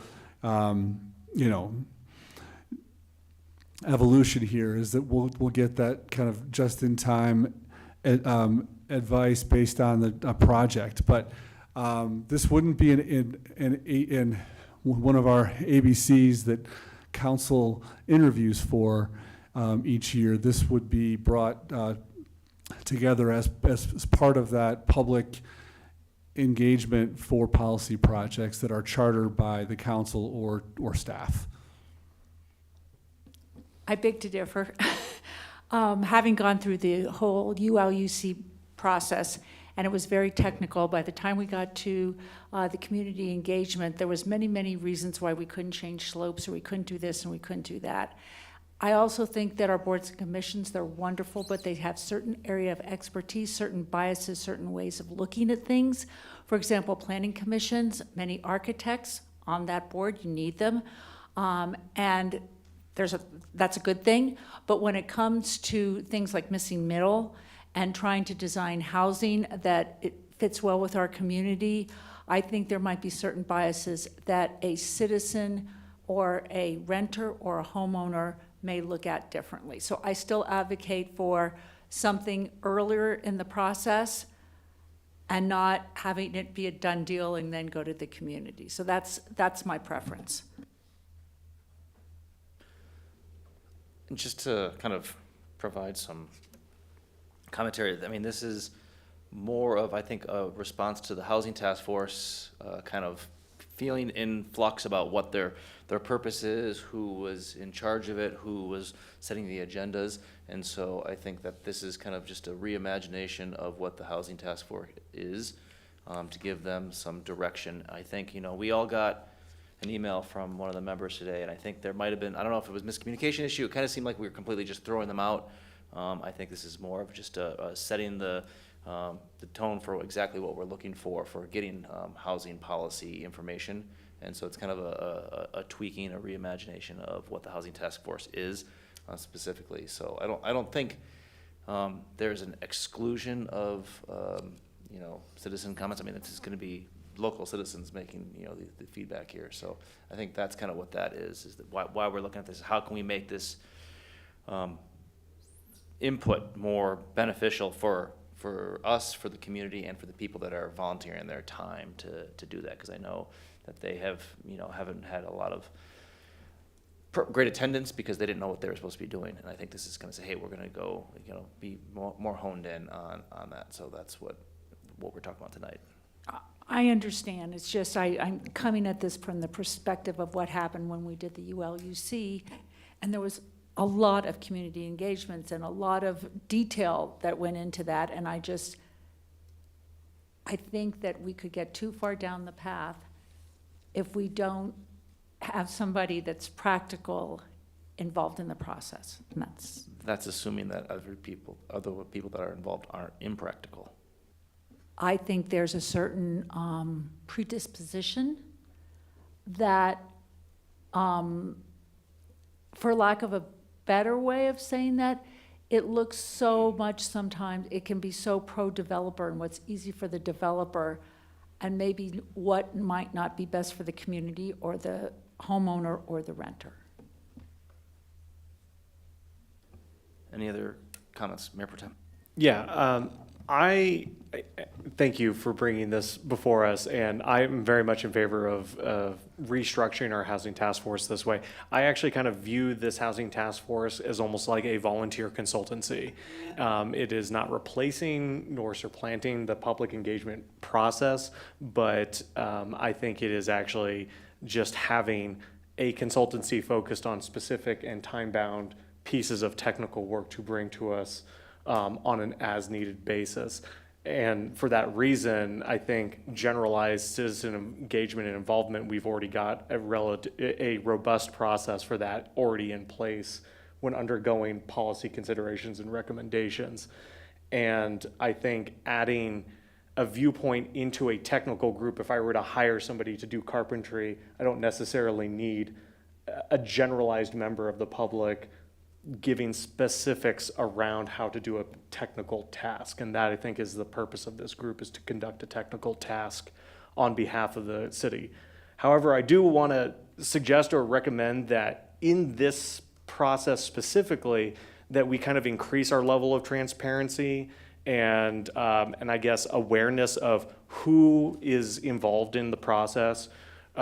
Even to the extent of if they are representing a business industry or a business sector or industry, to make sure that that is kind of well known, that these members of these organizations were actually involved in the creation or the formation of any proposed process or policy that is going to be coming before council. I think we owe that to our citizens and our residents.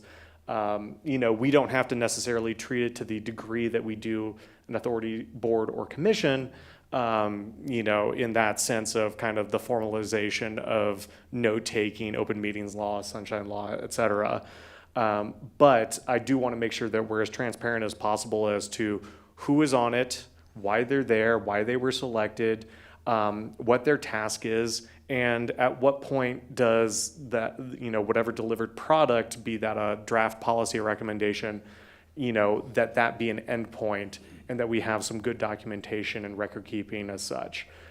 So again, I think that was kind of at least one of my initial concerns with the Housing Task Force, is that even though I thought that the recommendations that were being produced, that the things that were coming out of that were extremely beneficial to the city at a time where we needed that kind of volunteer consultancy capacity, that it wasn't necessarily as, it was more opaque than I would have preferred. And so I hope to see that this new kind of revision of it in the future has a mind towards that transparency. So that's my only comment. Councilmember Peters? I guess I would say to that end, and maybe it marries your two ideas, if people want to be on this and they aren't already on a board or commission and they aren't in one of these professional places, is there a way they put their name in the hat or reach out and say, I really want to be on a working group when a topic comes up, can I be on the short list or something? So it doesn't look to citizens like it's handpicked, like we are getting voices from people who want to be involved. Yeah, we'd be happy to take those inquiries if you want to send them to either myself or Julie Latham. I think it needs to be more formal than that. I mean, if we are going to include some sort of individual from the general public representing the community and not a technical area of expertise, I think it can't be informal, like, well, somebody happened to hear about this and want to be on the task force. I think it needs to be more formal. And we have committees that meet, like the election committee that meets like a couple times a year, or the capital oversight that meets a couple times a year, and they go through the boards and commissions process. And they give a commitment, and we interview them and see if they're aligned with being able to help provide this expertise to us. So I think we need just a bit of a formal process and not just an informal process.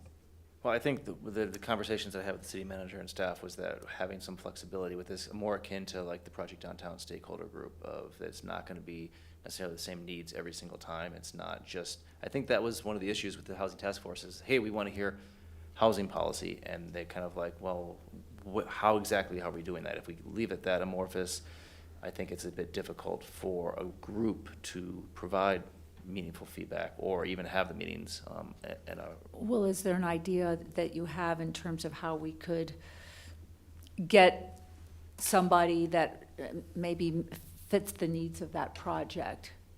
I don't.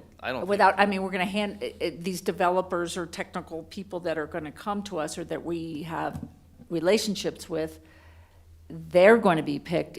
Then we reach out to the general public and say, this project is, if you're interested, come to the meeting? I mean, I don't know. I don't have the answer. All I'm asking for is some sort of opportunity for interested citizens without technical expertise to weigh in on this policy before it goes to community engagement, and in my opinion can get kind of baked and far along, and it's not always easy to change when it's at that point in the process. The particular working groups are envisioned as technical groups, and they are, as Mayor Pro Tem Barr described, kind of coming alongside and are part of the broader public engagement. In the future, you know, when we are scoping projects with council and we're having broader discussions, we think that that's also an ideal time to you know, compile and convene a working group to comment on some of the broader, you know, concepts that we're starting with. I think that all of those meetings, you know, will certainly be, you know, in front of council, where we can also hear comments, you know, hear input from the general public. And each of these projects, most, I would say, as currently envisioned, would also be, you know, if it's code language, it would be moving through the planning commission process and council. So I really do like how Mayor Pro Tem Barr kind of said this is one component. It does bring that technical component that will be part of a larger public engagement process. I would also kind of thank Councilmember Ryden for her comment, where I think those nonprofits that are brought in could also have consumer representatives. I think those are individuals who could have more of the viewpoint that you're expressing a need for. But I think this is different from the general call to non-technical audiences.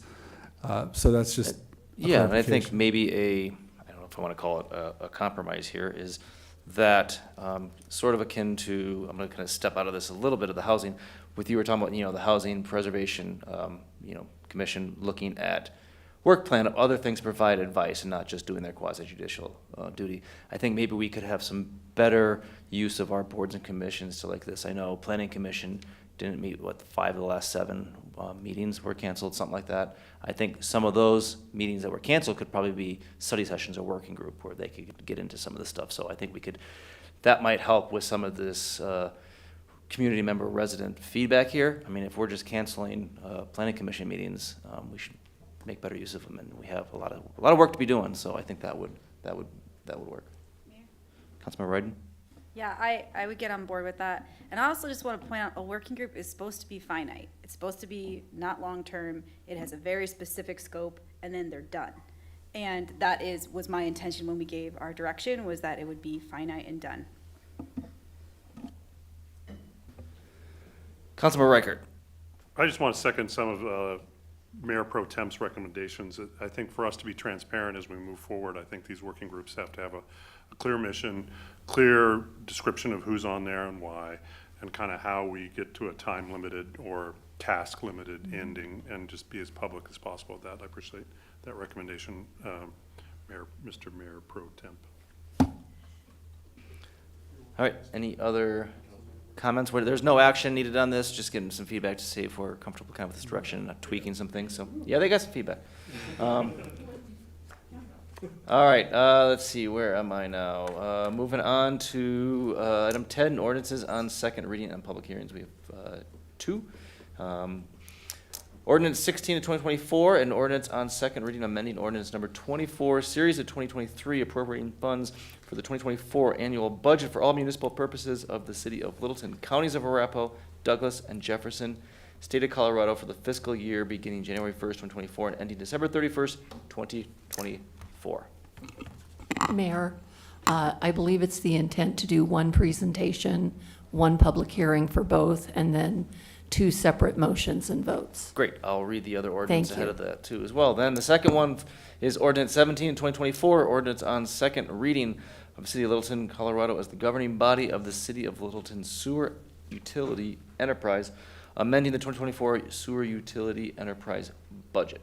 So as City Clerk said, we'll have one presentation, one public comment period, and then 2 separate motions, discussions, and votes. City Manager. Thank you, Mayor. Both of these ordinances before you tonight are part of our annual budget maintenance process. I think the headline is that these, for the most part, in the general fund, are accepting grants, appropriating those funds from grants. In some cases, there are some matching funds that can make these projects happen. These are things that have happened since the start of the year or since we did the budget for this year. In the sewer fund, there's actually a timing issue we're trying to accommodate with the city's contribution to the South Platte Renew new administrative office building. So with that, I'll turn over to Tiffany for the next level of information. Good evening, Council. We have 2 ordinances before you this evening. One is related to your general government funds, and the other is related to the sewer utility fund. And periodically throughout the year, we'll come to Council and identify some expenditures that we want to spend and what those funding sources are. And I think the most positive thing about the budget amendment this evening is that the majority of these are either grant funded or contributions from developers or other intergovernmental agencies. And so it's really not dipping into our fund balance or reserves here at the city. The first one that I just wanted to quickly go over is we have a couple of grant agreements that we've entered into. One is related to Church Street Multimodal. It's a $250,000 grant. We have a $55,000 match that we already have programmed in our 3A fund. That's the fund that will come from. And then we also have a GOCO grant, Greater Outdoors Colorado. And this is related to Reynolds Landing, and we have a 25% match that we are going to program into the 2025 open space budget, so you'll see that during the discussions. So of these two, we already have identified funding sources for the city's matches, and the remaining is a grant income. The second category is related to contributed capital. We have a number of agreements that we enter into throughout the year, either with developers or other agencies such as South Suburban Parks and Recreation District, Denver Water, and these are actually revenues or funds that will be coming directly to the city to help fund these larger projects. And we do have to budget for the revenue and the expenditure of those contributions related to these projects.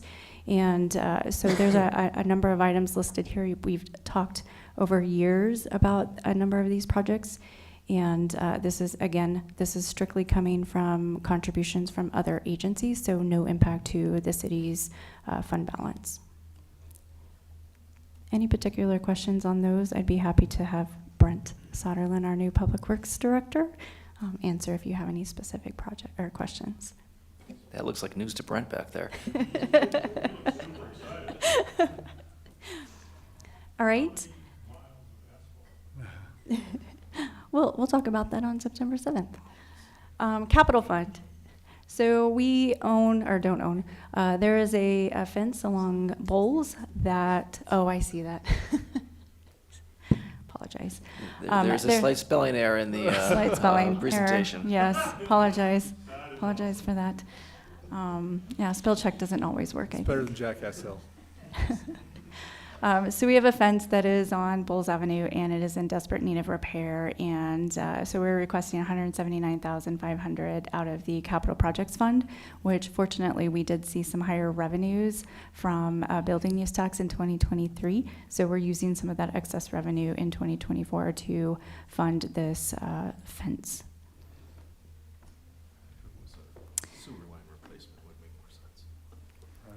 So 3A sales tax fund, we are requesting that we do purchase a spray patch truck out of the 3A fund. It does align with street paving and street improvements, and this is a vehicle that we use while we're doing the paving out there, and it's in need of replacement. We are hoping that we get $50,000 to $60,000 for the sale of the current vehicle that we have, and that will help mitigate the cost related to the purchase of this asset.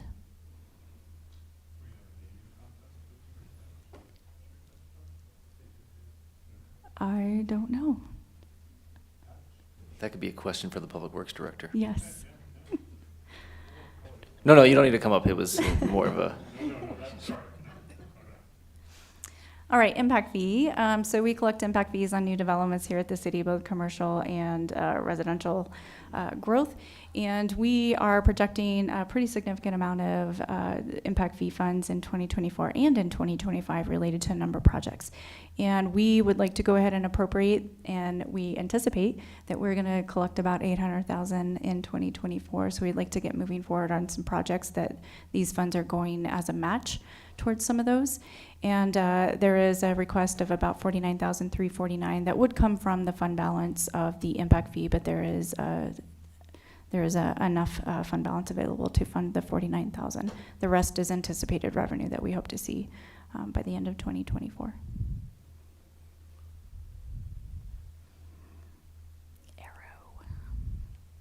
All right, the last one is related to a separate fund. This is a sewer fund, and this is some funds that are needed to continue the operations complex there at South Platte Renew.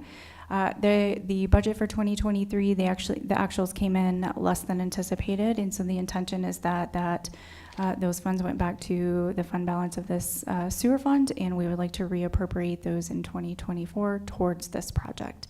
This is a joint project with the City of Inglewood. It's a 50-50 split because it's a capital, which is in alignment with our contract with them.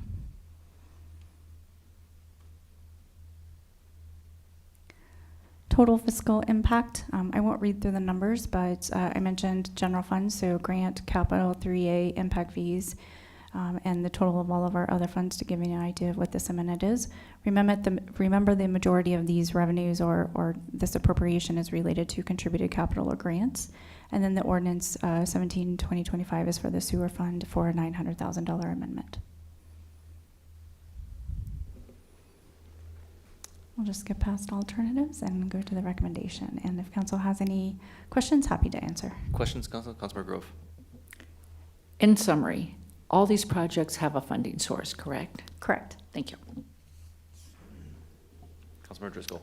I don't know if you can answer this, but the fence along Bowles, is that the only section the city owns, or do we own other sections? I know some of the HOAs own some of the sections there. And then, what can we do to enforce those HOAs to begin to improve their fences?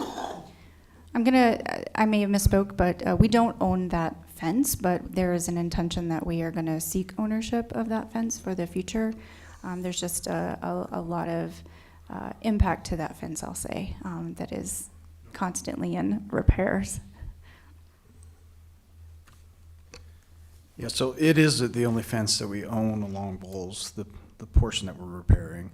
A majority of the fence is either owned by the adjacent HOAs or their adjacent property owners. So getting them to repair the fence, I guess, would probably be more of a code enforcement thing or something like that, I would guess. To broaden from this location though, Brent, I would just ask or confirm, the standard though with the rest of the city is, when you have an arterial residential fence, those are owned by property owners, not the city. So this is the anomaly here. And once we fix this, the plan is to work on turning these over. Once we have the new fence, these would become the responsibility of the property owners. So I apologize. The opposite of what Tiffany said. I apologize. Yes, you're correct. The opposite of what I just said. We own the fence, we want to give the ownership back to them. I get that. Why do we own the fence? We bought it at a great discount. I don't know. I'm I don't have that sure there is answer. a story behind that. Okay. Any other questions, Councilmember Grove? Now, is now the time to ask about the sewer utility enterprise? Or is that Go right going to be ahead. separate? Sure. I don't understand what's going on. It's like we got a 1.8 and then they give it back and then they want it back.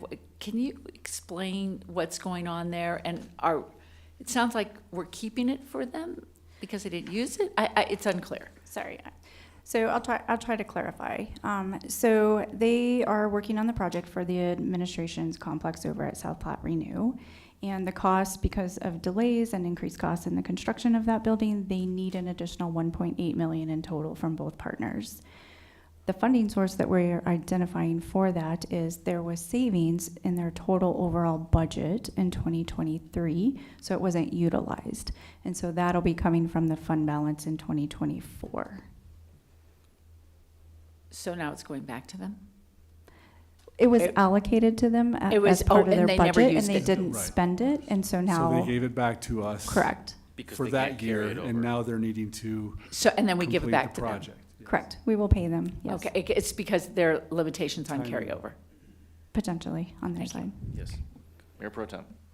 Just real quick, do we know what the total project cost was for that operations complex? Like what percentage of 1.8 million in terms of overrun this is kind of accounting for-ish? I don't know, just so we can kind of gauge what the inflation of these kinds of big facilities complex projects are, because we're going to be approaching that very soon. I'm looking. Sorry, I didn't mean to throw a curveball. Tiffany, it might be best for us to commit to getting that answer and just Follow up. I was going to say, informing council. via email would be fine. Okay, perfect. Thank you so much, guys. Yeah, Appreciate it. yeah. Certainly, we'll get that information to you. Can we go back to the fence for a minute? I don't understand why we would Sure. repair the fence and then give it away. What if a car goes through the fence and then the homeowner can't afford this $50 fancy fence? And they put up what they can't afford, and then we're like, oh, our nice fence, which we don't own anymore. It's when they lien their property. I'm kidding. Teasing. Too soon. Teasing. Too soon. So you're.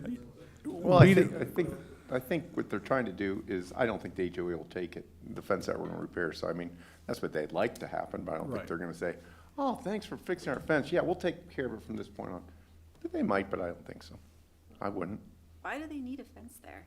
It's already there. It just is really bad shape. A privacy fence, like other places in town where you see houses abutting arterial roadways.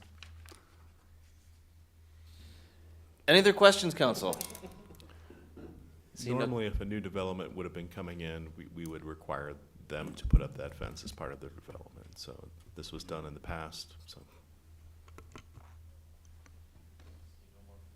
Seeing no more questions, I'm going to open the public comment period for both ordinance 16 and ordinance 17. Is there anyone in the audience wishing to speak? Seeing no one, I'm going to close the public comment period. I'll now entertain a motion. Mayor, I move to approve ordinance 16-2024 and ordinance on second reading amending ordinance number 24, series of 2023, appropriating funds for the 2024 annual budget for all municipal purposes of the city of Littleton, counties of Arapahoe, Douglas, and Jefferson, state of Colorado for the fiscal year beginning January 1st, 2024 and ending December 31st, 2024. Second. There's a motion and a second to approve ordinance 17 of 2024. Sorry, was it say 17 of 2024? 16 of 2024. I was on page 16 of 2024. Any further discussion, council? I did open it. The vote is 7 in favor. The motion carries unanimously. Motion on ordinance Mayor, 17. I move to approve ordinance 17-2024, an ordinance on second reading of the city of Littleton, Colorado as the governing body of the city of Littleton Sewer Utility Enterprise, amending the 2024 Sewer Utility Enterprise budget. Second.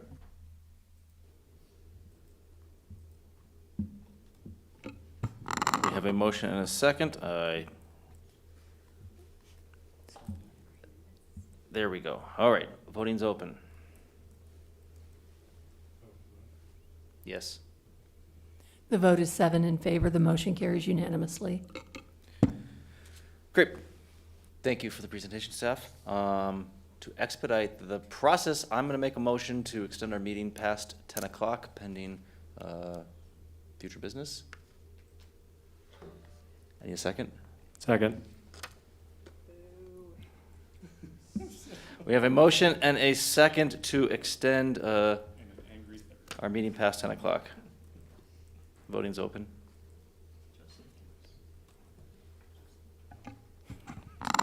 The vote is 6 in favor with Councilmember Ryden voting no. The motion carries.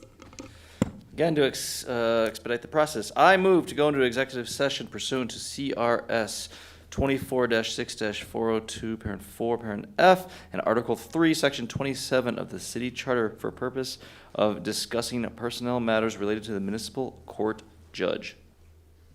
I will second. Have a motion and a second to go into executive session.